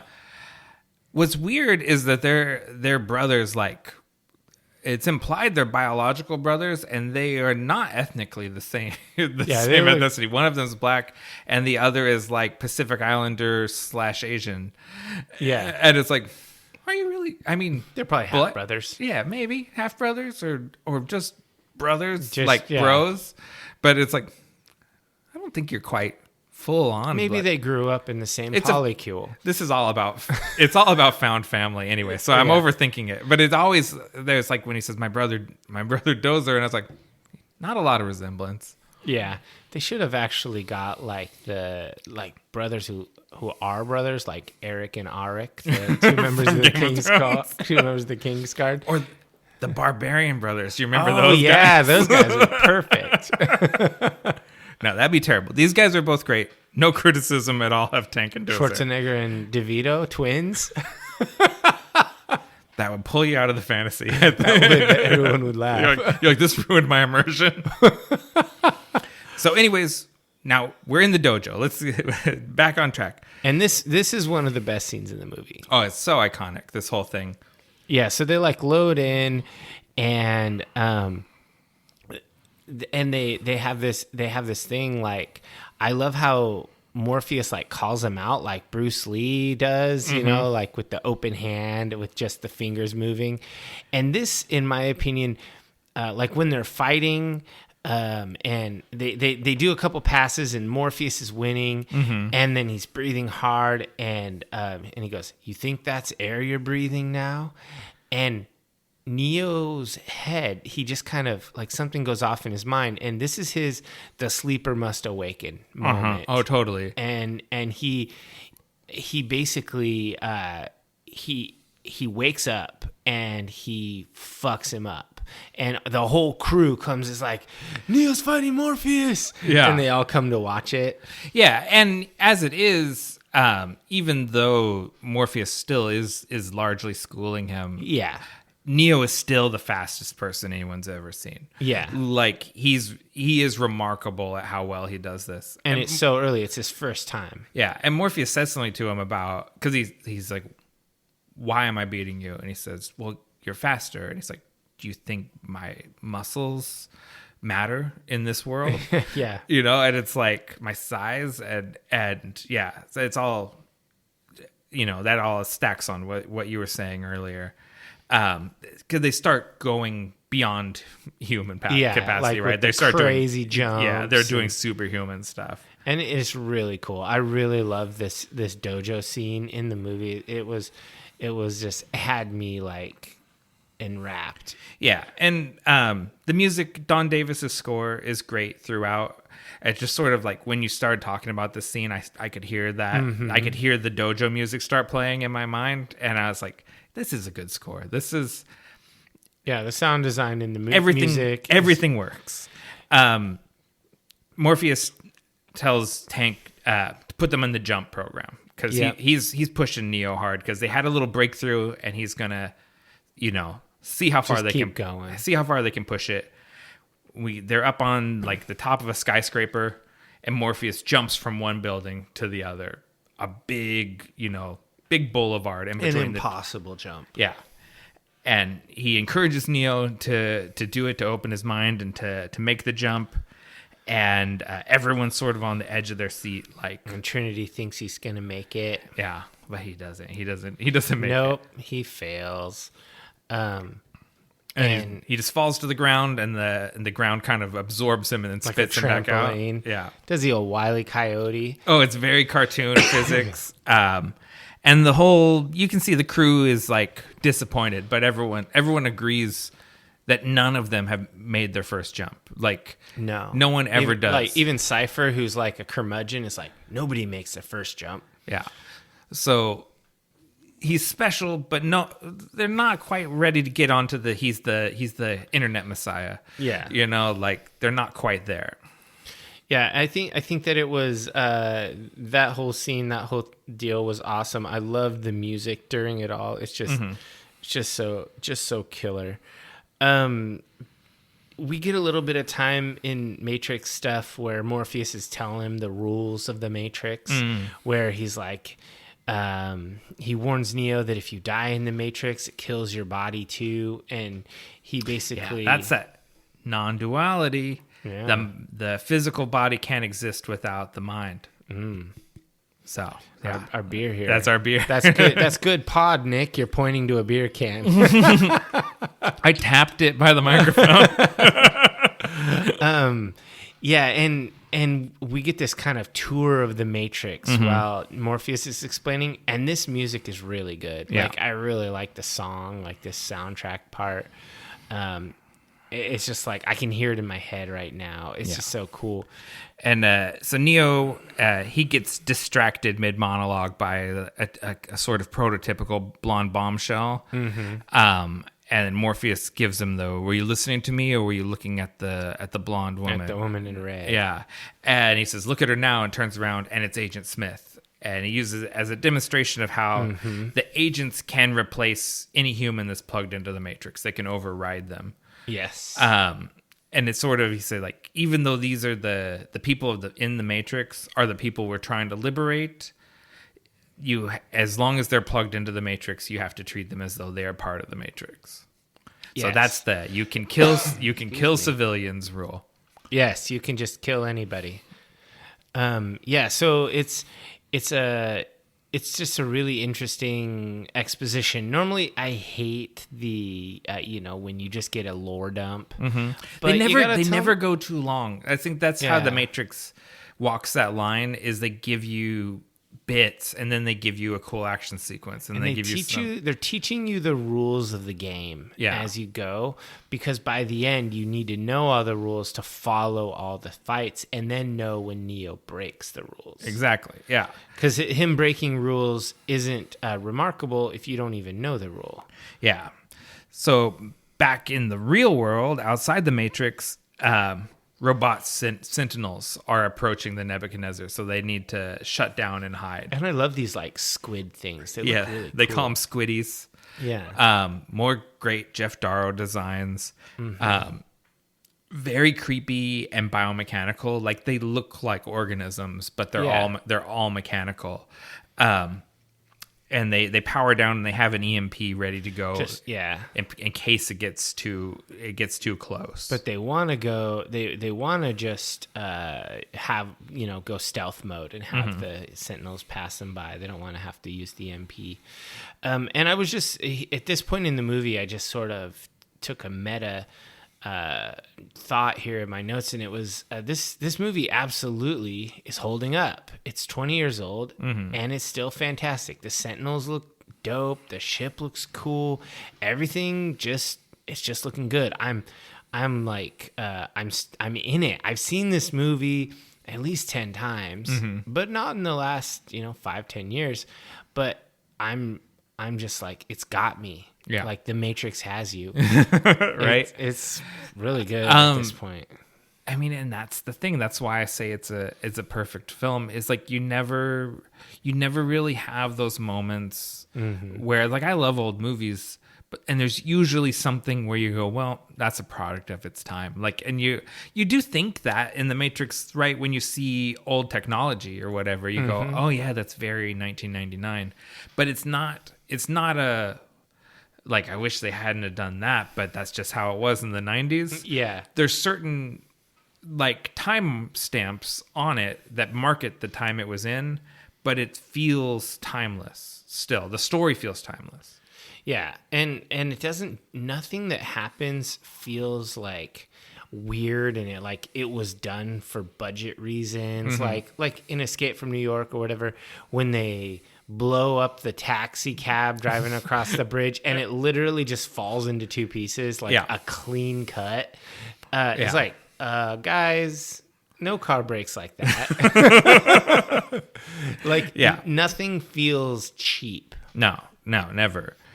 And so then we cut to Neo having a drink with Cypher. Yeah, he walks up. He's got some hooch. He walks up on Cypher, who is sitting there watching The Matrix, and he's clear. Like, Neo surprises him because he walks up quiet. And you know, I don't know. Do you get, because Cypher ends up being a rat? Mm-hmm.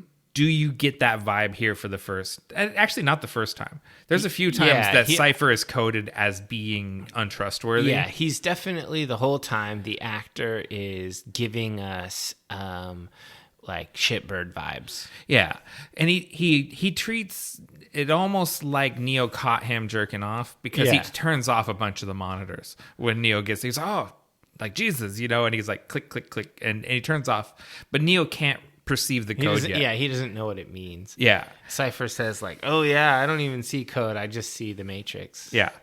And he gives him the hooch, you know, and it's like, you know, typical rock gut hooch. He says it's good for degreasing engines and getting drunk. Yep. And you know, Cypher asks him if Neo told him like why we pulled you out, and he's like, Jesus, like, you know, what do you do with that, being told you're here to save the world? And Neo's very sort of like, you know, I don't know if I'm here to save the world or not.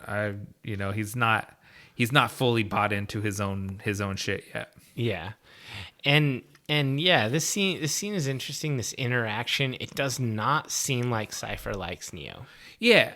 It's almost like, I get the impression Cypher sort of grudgingly likes Neo. Like, I think Cypher wants to not like Neo because he's planning, as we see immediately in the next scene, to betray everyone. Mm-hmm. But Neo, like real Keanu, he's just generally likable. He's too likable to hate. Like, it's very hard to hate him, and Cypher's kind of like, God, it'd be easier if you were a dick. Yeah. But you're just a nice guy. It'd be easier if you were just like disliking Morpheus, who's kind of a holier than thou kind of a character. Yeah. But yeah, so the next scene cuts to Cypher in the Matrix, you know, because he's dressed all smooth and he's clean, and he's eating a steak, and he's just a total sellout. Mm-hmm. And he basically, he doesn't want to exist in the real world anymore. He wants back in the Matrix. Wants to be rich and powerful, someone important. Like an actor. Yes. And you catch, his name is Reagan. He's Mr. Reagan. So it's like he wants to be someone important like an actor. And it's like, oh, okay, yeah. Ronald Reagan. Okay. And then, so he basically agrees that he's going to sell out. He's going to sell out these people. But Smith wants the code to the Zion mainframe. Cypher tells him he doesn't have them. Only Morpheus has them. Yeah, I can get you Morpheus. When do you think this takes place? Because I've never really questioned its chronology. Mm-hmm. But this last time I watched it, it occurred to me this could be a flashback. Because... can someone jack themselves into the Matrix, or would he need an accomplice to do that? Could he get Tank to jack him in? Because Tank would be watching what he was doing. Yeah, I think that he probably at this point has figured a way to jack yourself into the Matrix. Yeah.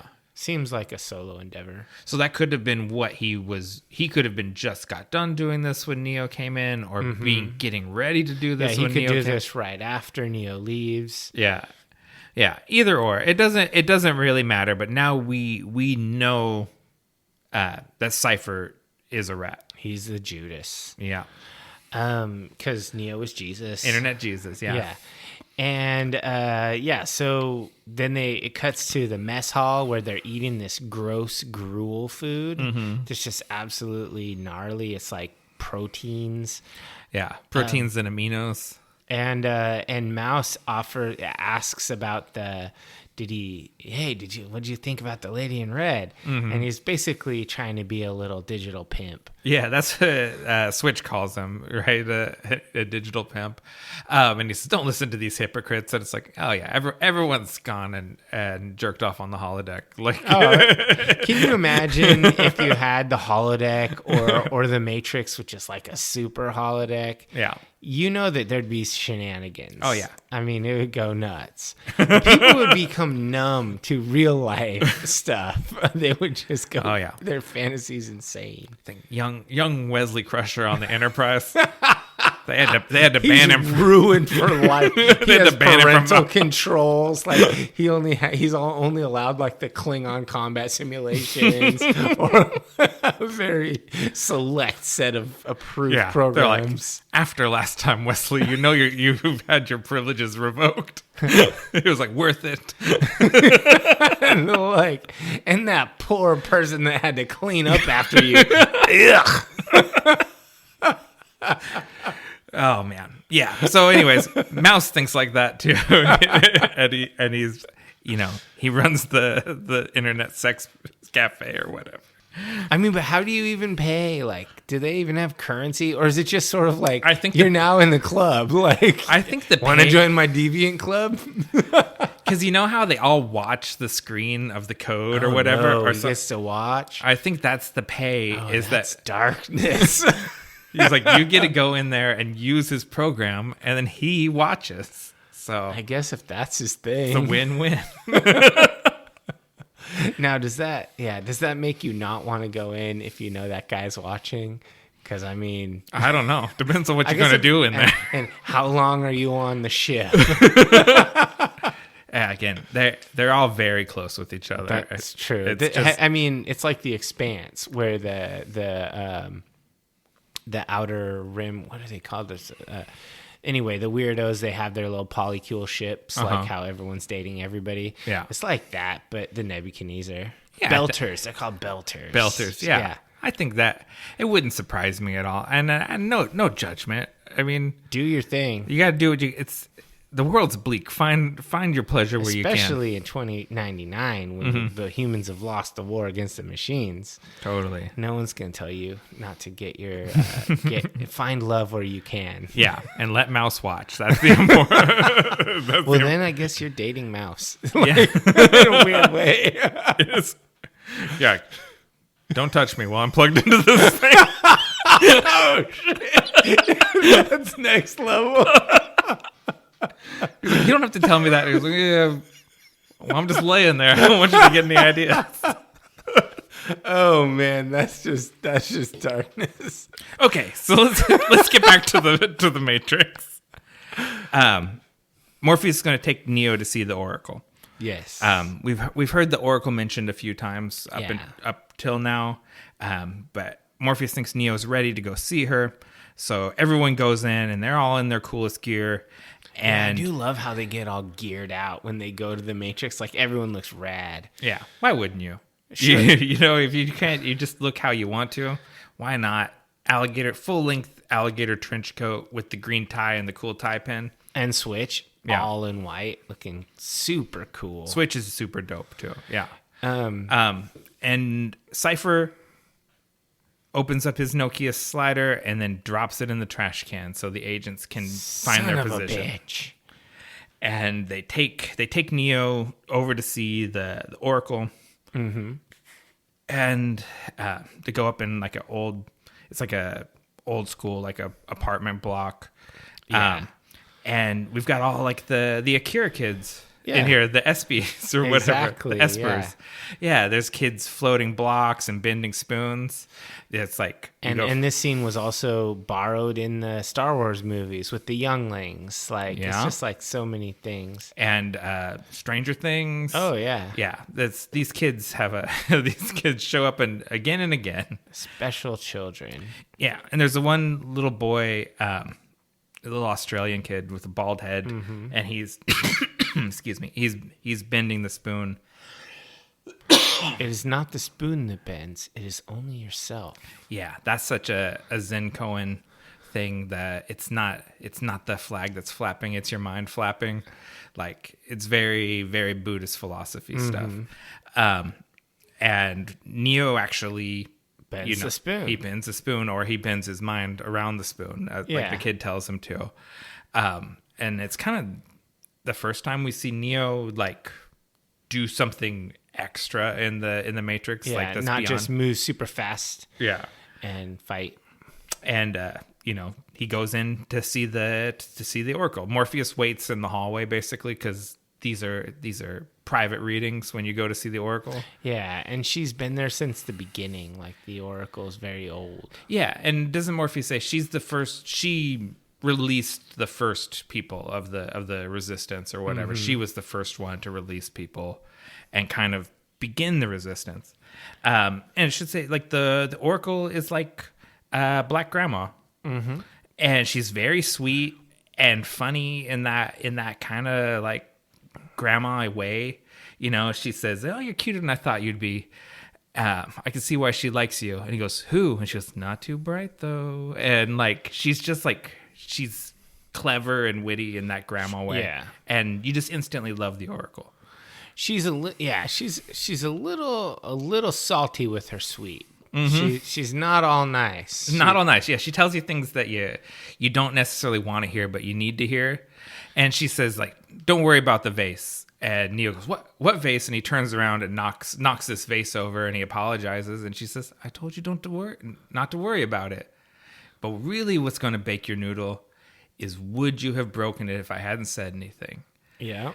And I think that's almost like the most important thing she says, because they have their little back and forth, and she talks about Morpheus and how everyone believes in him and everything, but basically leads him to the conclusion that he's not actually the one.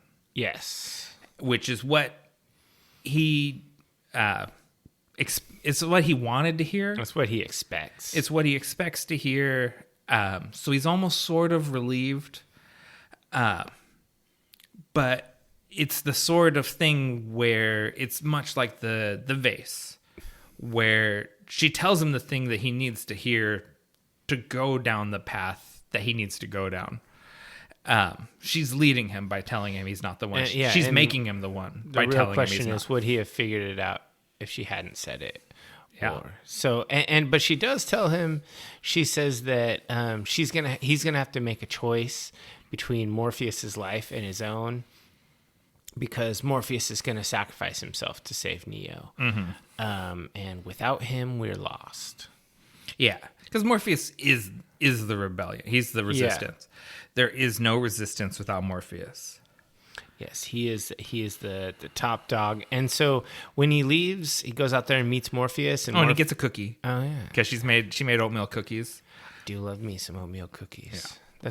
That seems like it shouldn't be controversial, but there's a lot of anti-oatmeal cookie people out there. Well, some people think oatmeal cookies aren't cookie enough. They're too much like health food. But there's a assload of sugar in them. Yeah, it does the trick. Yeah. Anyway, so he's about to talk to Morpheus about his stuff, and he's like, "Nope, what was said was for you and you alone." Yeah. And he doesn't want to hear it because it doesn't matter. Morpheus already knows that Neo's the one. Neo's not going to change his mind. Yeah, Morpheus is a true believer. Yes, he's unwavering. He is a zealot. And they go back to the hotel, and as they're going up to the room to go get on the phone and all zap back in, Neo sees the same black cat walk by twice, and he goes, "Whoa, deja vu. And everyone what? Freaks. Yeah, they're like, deja vu is a glitch in the Matrix. It means they changed something, and everyone starts kind of locking down, and agents start pouring into the building. And you see the cops cutting the hard phone lines outside. Yeah. With these big cable cutters. Yeah, and Mouse goes in to check the window, and the windows have bricked over because they've basically have locked them into this building. And Mouse pulls out like 2 big drum magazine like Tommy machine guns. Yeah, they look awesome. Yeah, and just goes down like the end of Scarface basically in a hail of bullets. And so Mouse is the first to die from the Nebuchadnezzar. Yeah, because he's it's like horror movie rules. All of a sudden, the pervert always dies. So, because like Mouse he's been reading a nudie magazine this whole time, and he's the digital pimp, so he's the first one to die. Just, movie tropes. Morpheus is on the phone to Tank and wants to know where the main wet wall is on the building. Yep. And if people know, like, that's the wall the pipes run through. Yeah, there's usually a wall, especially in like a multi-story building, where all the pipes run up in a column, and so like like bathrooms and kitchens and stuff will all have stems off that wall. Yeah, and so they bust a hole low in the wall, and it's a pretty rough looking building, so no one notices a hole in the wall, and they start making their way down through the wet wall. Mm-hmm. Yeah, and it's pretty cool, and I'm just like, oh man, this seems like it's gonna work. Except we already know that we have a Judas in here, and he sneezes because he gets dust knocked on him, and he sneezes, which alerts the agents. There's people in the walls. They're in the walls, and then they're just gunfire, like Boondock Saints level of gunfire. Do you think Cypher sneezes on purpose to alert the agents, or is it just like a legit accident that he's the one that sneezes? Oh, I think it's on purpose. You think it's on purpose? Yeah. Okay. I think he could have held it. It's the Matrix. Yeah. He has enough control to know he's not really breathing those. Yeah, he could just talk himself through it, that there is no dust. Yeah. Yeah. I think he's experienced. He's been around. He knows the rules. He could have just said, okay, there is no real dust here. This isn't a thing. Cypher is a rat, after all.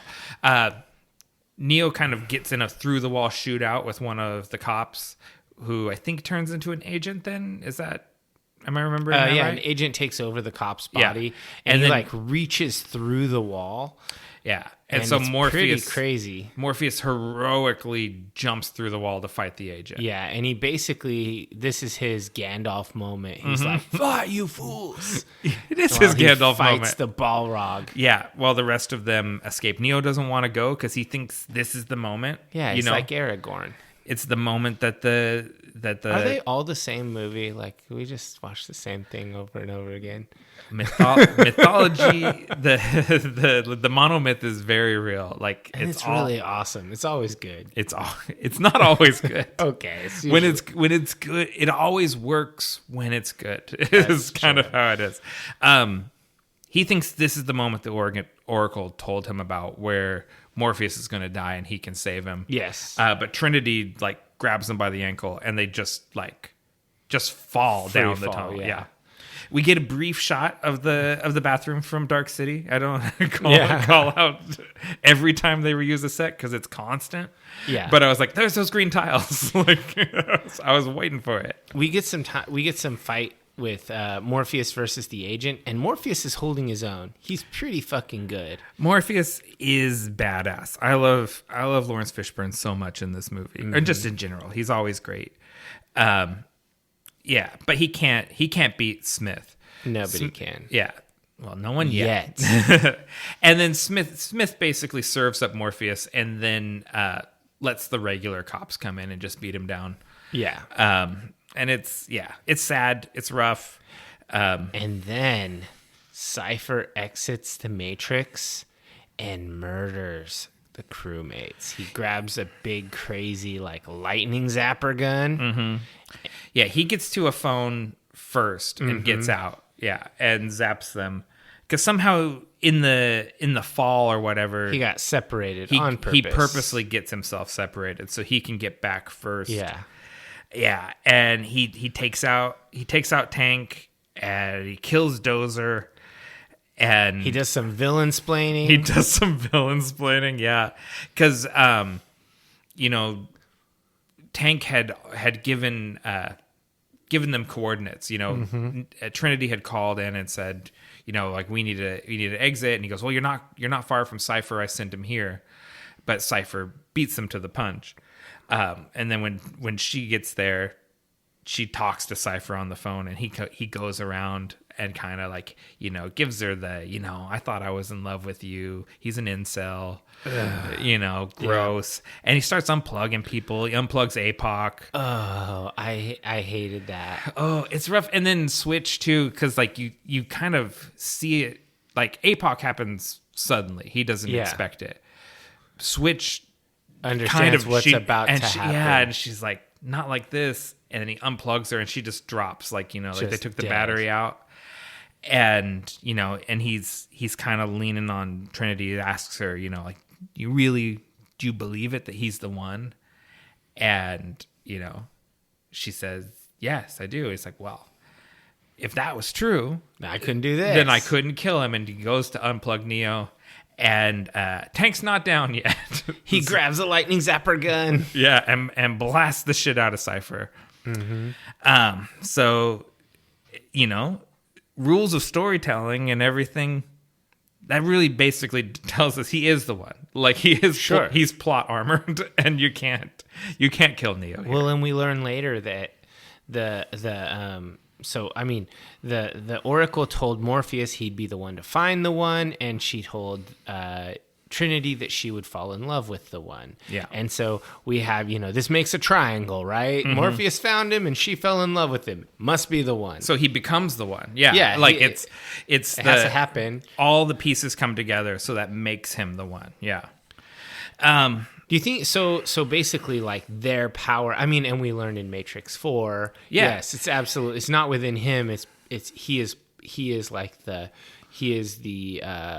alchemical creation of all the ingredients. Yeah.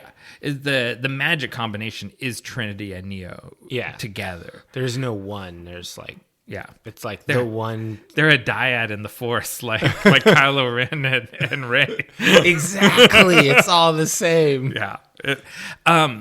So now we're back on the Nebuchadnezzar, and we've got a tough choice to make because Morpheus has the access codes to Zion in his head, and the agents have him. And they're interrogating him. Eventually, they will break him down and get the information out that they want. And so they have to debate if they're going to kill him. Yeah, they could just end this by unplugging him, but Neo knows from what the Oracle told him that would be the end of the Resistance because he is the heart of the Resistance. Yeah. So Neo's like, I'll go get him. Yeah, plan B, I'll go in there, kill everyone, and get him out. And Trinity's like, yeah, we'll go in and get him. I think this is like she has a lot of like power moments. Yeah. But when she pulls rank on him here, like, I love this scene. So I almost cry. Like, it's so good because he's like, he tells her, like, he's like, no, you can't go. It has to be just me. And she's like, no. And she turns around on him in that way your wife will turn around on you when you said something stupid. When you say, calm down, and they just turn around, not calmed down. It's like, that's supposed to work.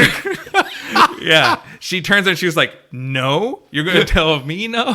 She's like, I'm the ranking officer on this ship.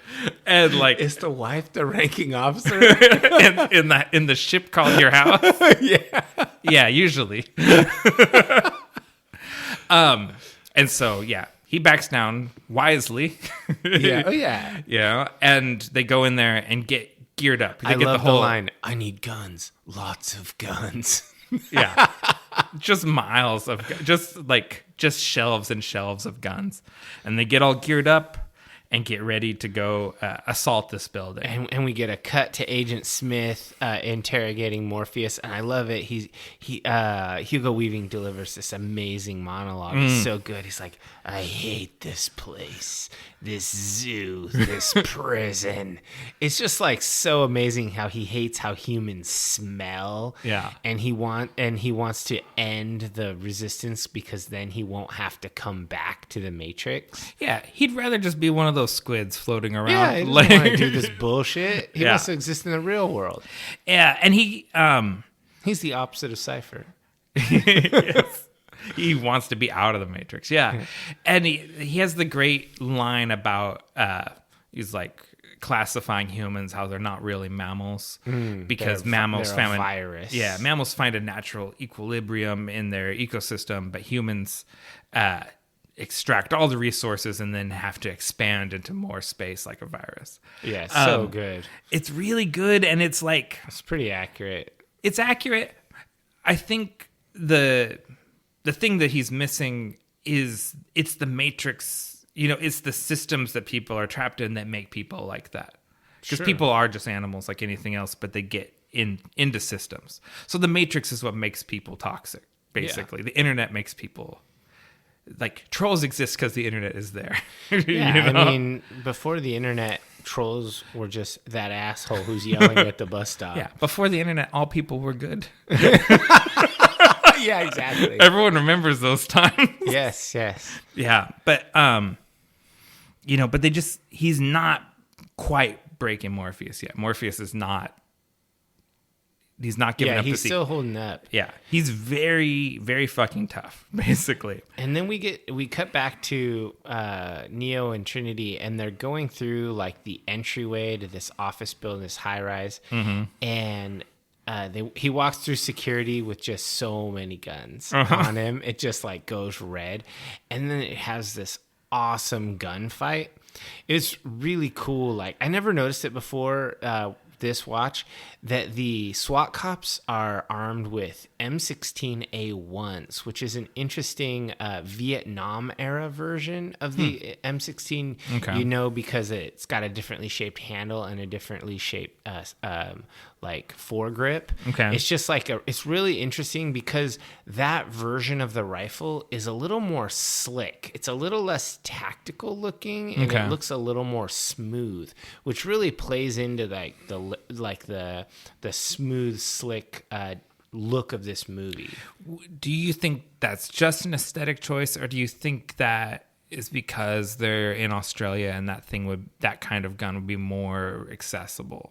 It's probably because in Australia they had access to a shitload of these props. It's just we have 40 of these, and they're all identical from shooting like Vietnam movies and stuff. Yeah. And they're all black, and you just clean them up so they're not dirty and don't look jungle used, and you're good to go. Yeah, but I just thought that was pretty cool. And this scene, I love the guys with the combat shotguns because they do so much work blowing up the marble pillars, and so there's just debris in the air, and it's all slow motion, so it's just like floating. It's very evocative of the tiles blowing up and everything is evocative of the spider robot scene in Ghost in the Shell. And it's just like it's just really cool to see those sort of visuals realized in a live action setting. Yes, and the combat shotgun stands out because Trinity gets a hold of it and does work with it for a while too. Like I want to get one of those, like in real life. I actually do too. That's I don't own a gun, but that is sort of the gun that I would want to have. Like it seems, I think we're like middle-aged dudes. They're not that expensive. Yeah, we should just do that and go out and have some fun. It's just like hunting ducks. Yeah, like hunting no, like hunting targets. Yeah, the clay ones or whatever. You fling them. Those are really fun. Have you ever done that? Not flying. I've shot them like on the thing. Yeah, it's really fun when they fly. It's not actually that hard. No, and they're biodegradable, so you don't have to go pick them up. Yeah. It's just clay. Anyways. They destroy all these security guards because they're just security guards. No agents are there yet. They set a bomb in the elevator and then go up on top and shoot the cable off and zip to the top. All this shit, this is all prologue John Wick shit. I do need to see those movies. It's like if you like any of these fight scenes with Neo, this is all John Wick shit. I think they're all on Amazon now or something. One of the streamers has the John Wick movies, so now I can. We should do an action series, a short one. I don't know. Or Keanu. A Keanu series. Well, I mean, we've already done two Keanu movies at least. Bill and Ted's. Also. We have not done like the first Bill and Ted. That's true. We could do Bill and Ted, Point Break. Ooh, that's a great movie. Speed. Yeah, it's all right. I mean, none of these, they're not good. Point Break is good. I love Point Break. I'm not gonna say it's a good movie. It's ridiculous. I mean, this movie's ridiculous. Patrick Swayze like surfs off into the sunset at the end. Patrick Swayze is amazing. He is. That's a good. I love that movie. But okay, enough of the Keanu tangent. Do you think anyone who's listened to this for over an hour is like not up for a Keanu tangent? I think that's all. The only reason they're here. If you don't mind, or if you have a problem with tangents, you gave up on us a long time ago. Yeah, like episode 1. Yeah, because we have an episode 0 where there's not a lot of tangents. It was very focused because we didn't know we could do tangents. Yeah. There's no one to rein us in. All right. Anyway, so they get up there. I love the elevator cable ride. It looks really cool. Yeah, he gives it one time. He's like, "There is no spoon," before he shoots the thing. Because he's gonna have to bend physics. Yeah, and it's so cool, like how the fire bursting out of the bottom with the door skipping forward. It's like really great effects work. I just thought that was so cool. And then they get to the roof. They get up to the roof, and this is the scene, right? Like where we get the bullet bending scene, because we get the old fashioned Western standoff between Neo and one of the agents, Agent Blank. Yeah, whatever. The uncharismatic agent, and imagine that's you're that dude. You're the not Hugo Weaving guy. Get another role. Yeah, he's saying, I was in the Matrix. I was one of the agents in the Matrix. And they're like, there was only one agent. I know who Hugo Weaving is, and that's not you. He's like, no, I was the other agent. There are 3 agents. I was Agent Johnson. I don't think there was an Agent Johnson. Only one agent. He's like, I do the cool thing, and I dodge the bullets. And they go, I think that was Hugo Weaving. Totally screwed. Yeah. Because Neo tries to shoot the agent. He just dodges it. And then the agent, starts shooting at him, and Neo dodges bullets like an agent. Does it too. And I love it how Neo's dodging the bullets, and then Trinity just shows up and smokes him in the head. Just boom, out of nowhere. And Neo does get grazed twice. Like he catches imperfect. He catches one on the thigh and in the shoulder. And then Trinity, like you said, she's like, dodge this, and blasts him in the head. Because at point blank, there's nothing they can do to get out of the way. And then they grab a helicopter, and she's flying it, and Neo's on the minigun. Yeah, because Tank real quick uploads her with a pilot program for a helicopter. And then they're like flying down, and it's just, I love the way this is shot with the falling brass and links from the belt-fed gun. It's just so cool. It's really good use of slow-mo and speed ramping, like changing the pace of the camera in order to prolong the tension of the scene. And even as fast as the agents are, even they have a hard time dodging a rail or a minigun like that. Yeah, they ice Smith, and then he takes over a cop who's in a hallway. And Morpheus, gets his second wind, breaks his handcuffs, and runs, and he goes to jump out the window, but Smith shoots him through the calf. So he doesn't make the jump. Neo jumps off, grabs him midair.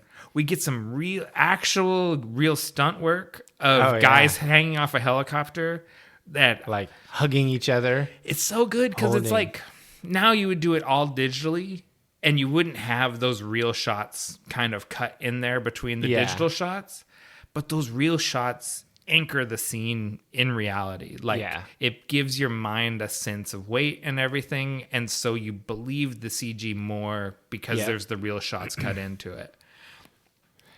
They fly off. The agents shoot the helicopter, so it's losing fuel, right? Yep. Neo drops Morpheus onto a rooftop.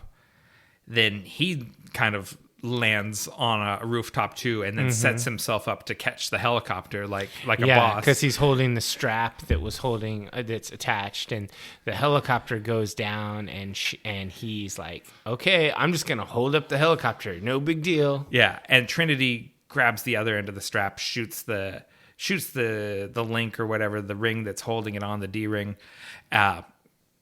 flies up. The helicopter crashes, and it epically destroys all the glass on this building. I love the glass ripple effect before it shatters, like the concussion of it. That's very anime too. Yeah, that's really cool. And then Neo like catches Trinity and pulls her up. Yeah. And I love Morpheus's shit-eating grin as he like looks so proud of the two of them. Like, you did it. And he's like, yeah, I told you this was the one. Like, it's really, and he says, now do you believe me? And it's like, yeah, he's so happy. And Neo's like, but the Oracle told me I wasn't the one. He's like, she told you what you needed to hear. Yeah. And he just can't stop smiling. Like he's like a proud dad. Exactly. Yeah. It's definitely proud dad vibes at that moment. And so then they exit the Matrix. Morpheus and Trinity exit the Matrix, and Smith ambushes Neo right then before he can exit as well. Yeah, they make their way down into the subway station from Dark City. Yeah, same place. Why build another subway station when you got one? And Agent Smith takes over a homeless guy in the subway station, and he shoots the phone before Neo can upload. And they're watching on the monitor. They're watching the green code, and they want Neo to run. And Neo's like, he's feeling his juice now, and he's done with running. And we have the epic Neo versus Smith fight scene. Yeah, the fight scene that you've been promised since the very beginning. The first time you hear Mr. Anderson. Yeah. And this might be the best fight scene in the movie. It rivals the dojo scene. It probably surpasses it. It's so good. And at this point, like the I don't know, not the dramatic tension, but like the crescendo that we're building to in this movie, like you're riding really high. Like this is when action movies are doing their thing. Yeah, you're in it. Like this is like edge of the seat. You just like can't get enough of this fight while it's happening, and the people on the ship, they can't do anything. They can just watch while this goes on.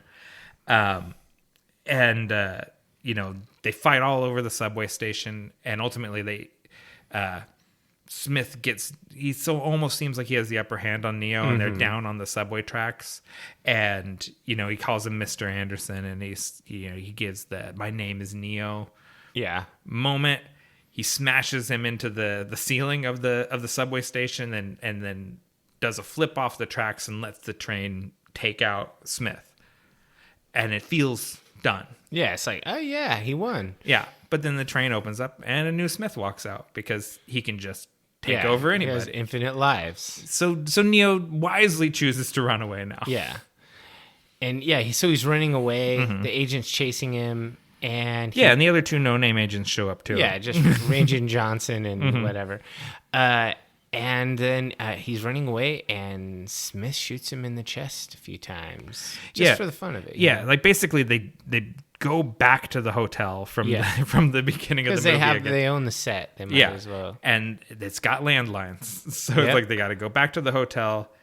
Smith cuts him off, so he's waiting for him when he gets there in the room, because it's not his first rodeo. Yeah, and he shoots him, and for good measure, shoots him a few more times. Yeah, just boom, boom, boom, boom. Just Neo goes down, and he flatlines. And at the same time, a group of Sentinels is attacking the Nebuchadnezzar. Yeah, and or they're on their way. Like Morpheus says, they have like 5 minutes till they get there, and they have the EMP ready, but they want to get Neo out. Yeah, because if they EMP while he's in, that's it for him.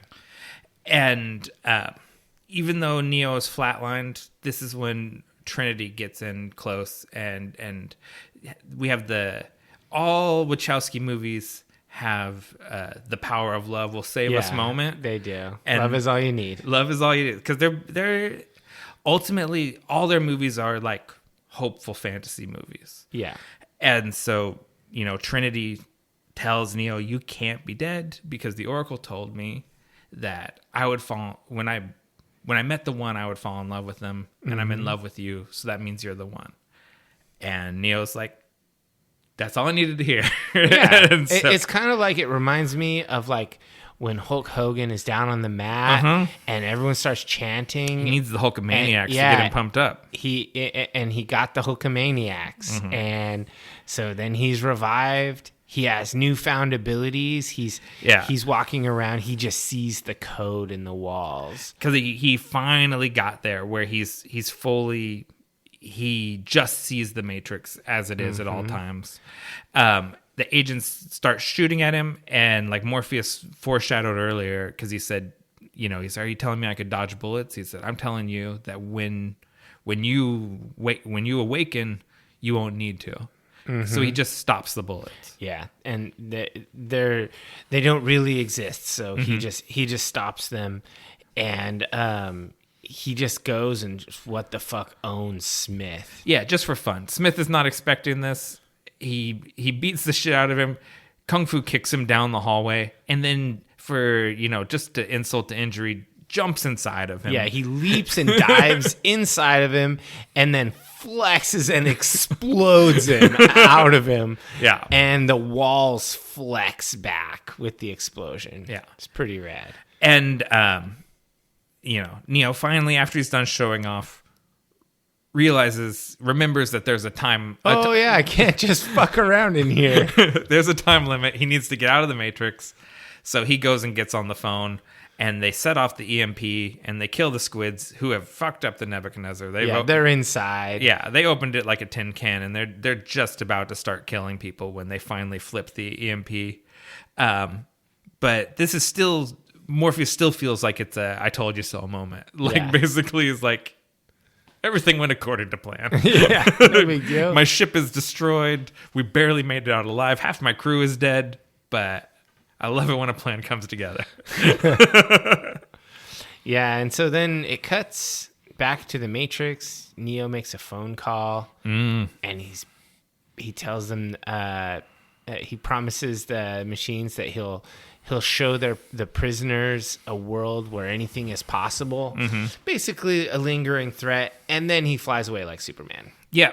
Rage Against the Machine plays, roll credits. I love this movie. Yeah, great movie. It's so good. It's like, at this point, I'm just like, you're so wrapped up in it at this point. Like, you're just on the ride, and it just... You can't not root for Neo. You can't not love Trinity and Morpheus and like all of them. It's just like I feel like a connection with these characters to everyone. Yeah, including Smith. Like Smith is just as much a part of the he's magic. So angry about it, and it's like he's. It's important that you had a hateable villain. It's like, and this is something. I think this is something the Marvel movies get wrong a lot, is that they make the villain too relatable to the point, like say like you're Killmonger, where you're like actually is he the good guy of this movie? And then you're like have him choke a lady or shoot his girlfriend, so he's bad. Give a monologue where you agree with 90% of it, and then the last bit of it say something racist or whatever. Yeah, it's like what? And I feel like that just feels off to people, like when that happens. Whereas Smith is just... He's pure. He's a purely evil villain that you can empathize with and like enjoy, but they never undercut it by making him goodish or... No reason for that. Yeah. This is how you do it. Like, for everything, this is how you do it. Dang, 2-star movie coming up. All right, so then how about what worked for you? Okay, I didn't want to rehash what I had said for Matrix Resurrections, but all of that stuff still applies. So just Go listen to another 3-hour podcast. Metatextual storytelling, chemistry between Keanu and Carrie Ann, and the R rating. Those were the things I called out about. Okay. Is this also R-rated? Yes. All right. For violence? Yeah, it doesn't feel like it doesn't deserve it. It wouldn't get one now. So, my new what worked for me, Lawrence Fishburne and Hugo Weaving. No surprise. I love both those guys so much. They're just great. Every scene they're in, they're great. Lawrence Fishburne is the heart of the movie, and Hugo Weaving is a delicious villain.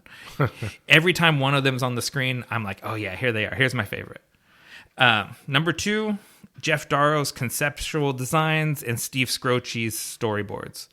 Part of why this movie is so tight is that Scroce visualized the entire movie. Like, if you look at the storyboards, you could play the audio along with them, and like they conceptualized the whole movie before they shot it. Okay. And that makes it just drum tight.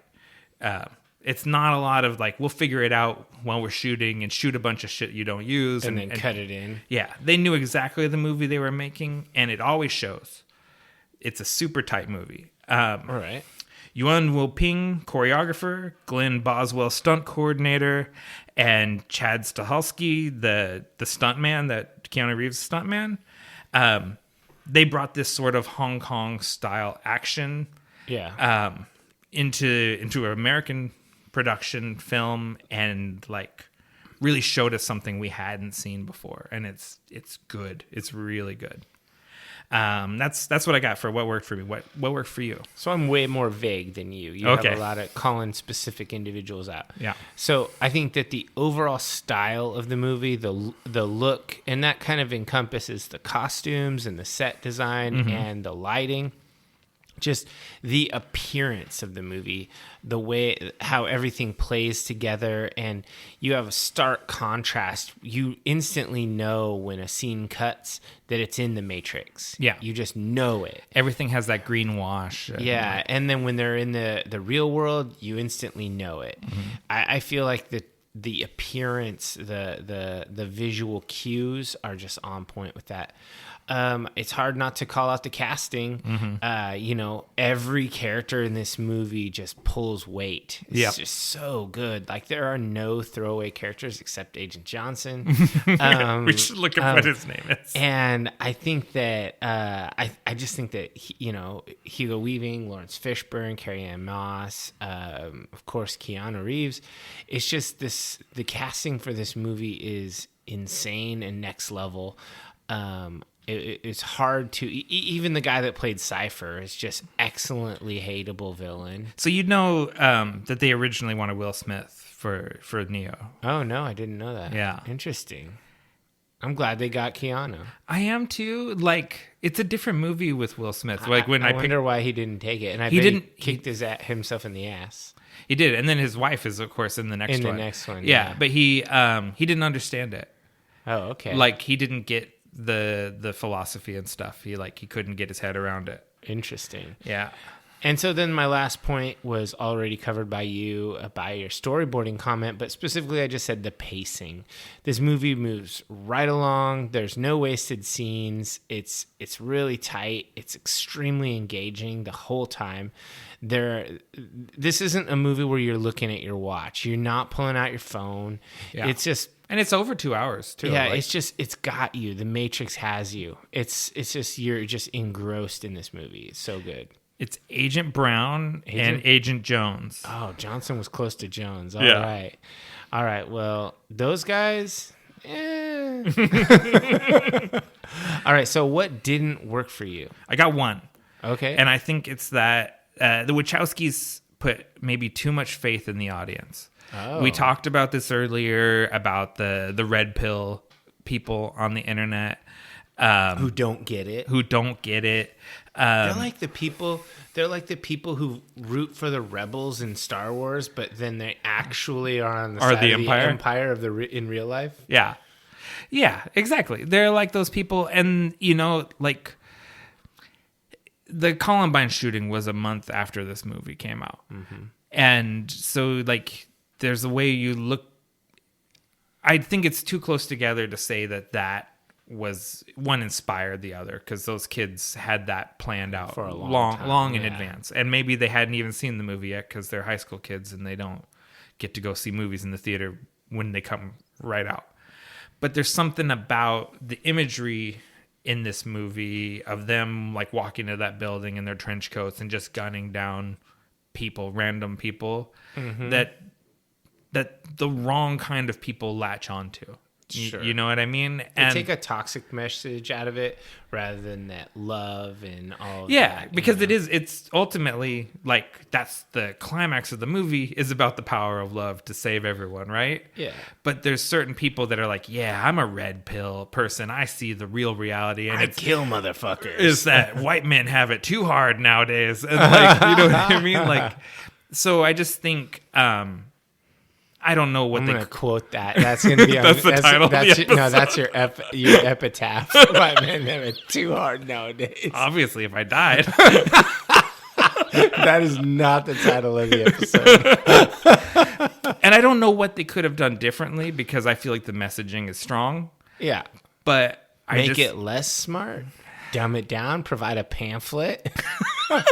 What we believe by the Wachowskis. No. So anyways, this is not really a true criticism of the movie, but it's a criticism of the people that have latched on to the movie and pulled the wrong message from it. All right. What didn't work for you? So I don't have a lot here, but if anything, I think that it's a little too strict to the hero's journey by the book, predictable pacing. Like, this is the beat where the hero is called to action. This is the beat where the hero doubts his power. Yeah. This is the beat. It's called the Dark Night of my soul, or whatever. Or this is called the lowest of the low, or whatever the beat is called, where the hero is down, but they're not. They see him out, and then they have to rise again. The storyboarding and the pacing and the writing is extremely by the book. Like, if you watch, not to get super geeky on it, but if you watch Brandon Sanderson's, he's a lecturer at BYU. He teaches a fiction writing course. When he gives like a 2-hour lecture or whatnot on how to write the hero's journey. He literally paces out The Matrix and Harry Potter at the same time, because they're the same thing, and Luke Skywalker. And so it just, I like the hero's journey, but it doesn't really flip any of the tropes. It keeps it straight up. Not to like push back about that, but I think that is what gives such a vehicle to talk about the philosophical ideas that they want to discuss. Sure. You know what I mean? Like, because it familiar vehicle. Because it has that. And same thing with Star Wars, because Lucas had politics that get lost too. The hero's journey is just so relatable to everyone across whatever background that you accept whatever philosophy or politics are going along with it, because you're just along for the ride. Yeah, you're the messaging is window dressing at that point. Yeah, if you don't want to see it, it's ignorable. Sure. And that would be my only criticism, and it's not even really that big of a deal because I like the hero's journey. Yeah. Everyone does. Can't help it. So, what's your final thoughts and your rating? I've said it a few times. I'll just keep saying it. This is a perfect movie. All right. It's a 5-star. It's a 5-star movie. I have no criticisms of The Matrix. All right. So I likewise gave it 5 stars. It would be hard not to. And you would be surprised at a lot of the ratings across the metaverse are not in universal agreement with us. There are plenty of places that give it a... like IMDb gives it an 8.7. Didn't even crack 9.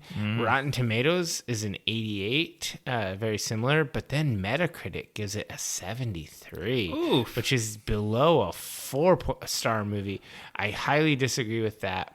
I'll tell you why this happens. When something is this successful and so influential as this, it becomes cool to cut it down, to tear sure. it down, because nothing can possibly deserve this sort of unequivocal praise. So they'll just look for the things that are bad. Just like all the videos you find on YouTube that talk about how Dark City is actually the superior precursor to the Matrix. Yeah. And again, I like that movie, but no. You know what I mean? Yeah, it's just not. It's just not. It's not better than this. Really, what is? Blade Runner. Maybe. I think the difference is Blade Runner's not fun. Oh, well, I like sad shit. Yeah, fair. Blade Runner is sad. It's a melancholy movie. I like that. Yeah. It's a great film, but it's not like... It's not triumphant. Not triumphant. Yeah, Blade Runner, it ends and you're like, well, they got away. You're like, damn, that was dark. Is she just going to die? And like, what's going to happen? Yeah, I mean, this movie, you're like, oh shit, Superman, yay! Yeah. He can do whatever he wants. Rage Against the Machine is playing and it's awesome. Yeah, so I mean, this ended really well. All right, so let's take a break and then we'll come back and do our final segment.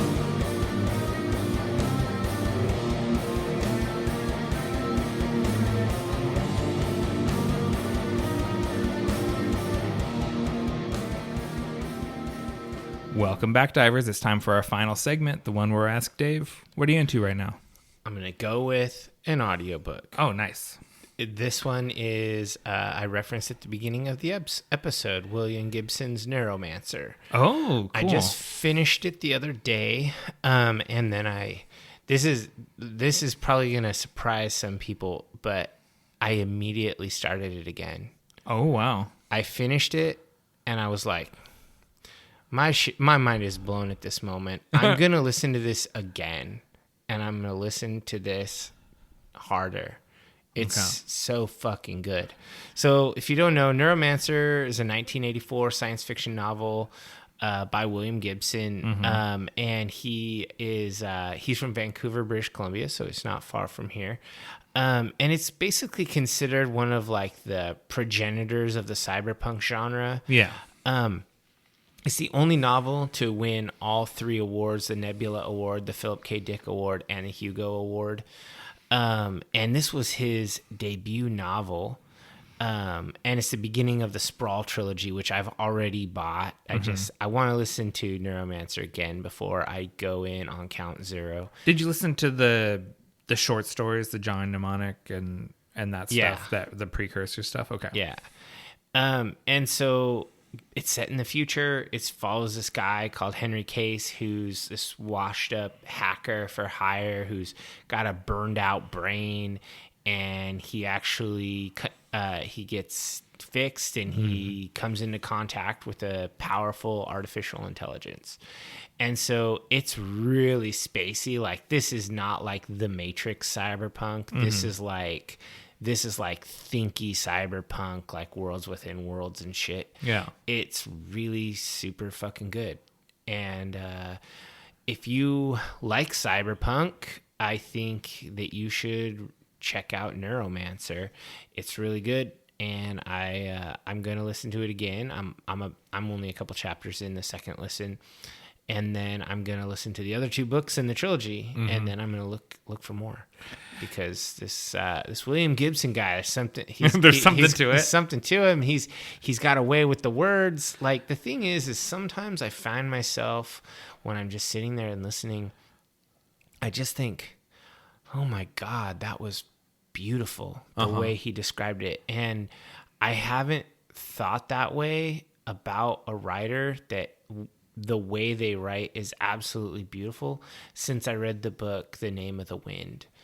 And that's a fantasy book that is also just utterly beautiful prose that like is poetic prose. And it's just like, that's how William Gibson writes. He writes in a way that makes you think like that word selection was perfect. Yeah.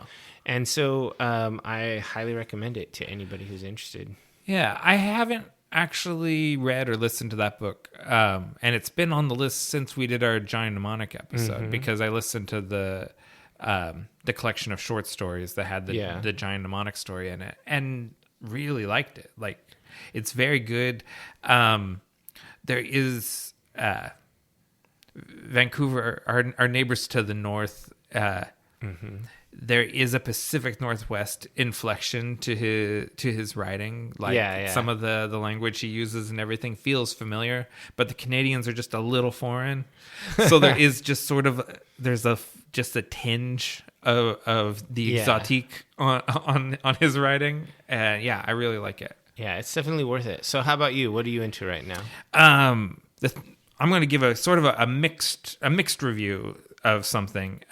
Not a literary classic that stands the test of time and defines a genre, but a movie I watched recently, and I was very affected by it, but I'm not going to give it a ringing endorsement at the same time. And that's Clerks 3. Oh, I hadn't seen that. Is that out? It's obviously you saw it. Yeah, it's available to stream now, but you buy it on Amazon. It's like $14.99. Okay. But it's yours. It's not a rental. It's a keeper. Oh, okay. And it's the third movie in the Clerks trilogy. Do you think you got to watch 1 and 2 first? I have seen 1 infinity times. Yeah, me too. 2 I saw once in the theater, and that was plenty. I knew who everyone was. There was one character where I was like, I don't remember this guy, and then it's like, oh yeah, he's from Clerks 2. No, you don't need to rewatch them, and you might lose all your enthusiasm for Kevin Smith movies by rewatching them. So you're better off just to have your nostalgia and jump into this. And it's we catch up with Randall Graves and Dante Hicks. At the end of Clerks 2, they ended up buying the Quick Stop, and now they own it. Okay. And they're just still living the same life that they've been living for like the last 30 years. And then Randall has a massive heart attack. Oh, and mirroring what happened to Kevin Smith in real life, because Randall is his character that's like his analog avatar. Whatever. That's the word I'm looking for. Randall's his avatar in the story. So like, he had a massive heart attack, Randall has a massive heart attack, and that makes Randall want to do something with his life. And so he decides to make a movie about the convenience store, and he makes the film Clerks from the first movie. Oh shit. And it's very much like, it's very meta. It's very meta. It's very much a Kevin Smith sucking his own dick Ouroboros sort of thing. Which Jay and Silent Bob Reboot was also like that, where Jay and Silent Bob Reboot rehashed Jay and Silent Bob Strike Back. Okay. And so that's sort of the thing that he's doing now, is revisiting his older movies and commenting on them in new movies. Okay. While also following the beats of the original movie. And so sometimes it's just unbelievably dull. Like, you're like, God, it's just the same jokes. And what was sort of charming when he was in his 20s now is like really pathetic as these guys are approaching 50. Yeah. And you're just sort of like, ugh, this is not funny anymore. But then the sort of B plot around Dante is crushingly sad. Like, it is. Wow. And so it's like the movie, it just kind of now I'm interested. It goes back and forth between like, oh, really? We're doing these same jokes, to like, I'm like bawling. Like, that's stuff with Dante. And like, Dante's always been my avatar, right? Like, okay. I always have identified with this guy, and like, he goes through shit in this movie. And man, I always thought I was like Randall. Yeah, you're the Randall and I'm the Dante. that is accurate.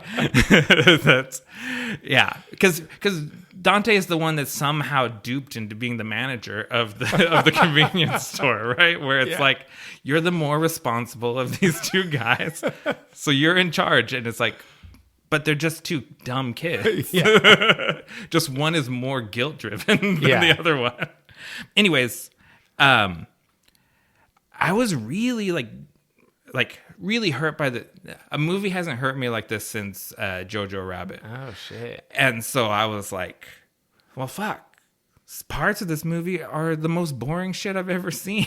And then it like guts me in the next scene. So it's like, it's not a good movie, but when it is good, it's exceptionally good. So if you are a Kevin Smith aficionado, you've probably already seen it. And if you're on the fence, I think it's worth watching. Okay. But it's not a great movie, but it's an affecting movie. All right. Well, that's pretty cool. I mean, I kind of want to see it. I don't know if I want to pay $15 to see it, but it'll be, I mean, if you hold out, it'll either be available to rent when it's not still in theaters or whatever. Sure. Or, one of the big streamers will grab it. Netflix. Yeah, somebody Netflix will pay for it. Yeah. Just wait. Yeah. All right. So how about everybody out there, subscribe to us on your favorite podcatcher, as well as YouTube, Spotify, and Audible. Don't forget to leave us a review. 5-star review costs you nothing, but means everything to us. You can, our new episodes of Nick and Dave Deep Dive the Metaverse drop the 1st and 15th of every month, and you can find us on all social media platforms across the Metaverse as at Deep Dive the Meta. We are on Twitter, despite Elon Musk buying it out. Ooh. We are on Facebook, despite Mark Zuckerberg being an alien monster, and we are on Pinterest, despite no one using it. Well, I guess this is really goodbye. Don't say goodbye. Say good journey.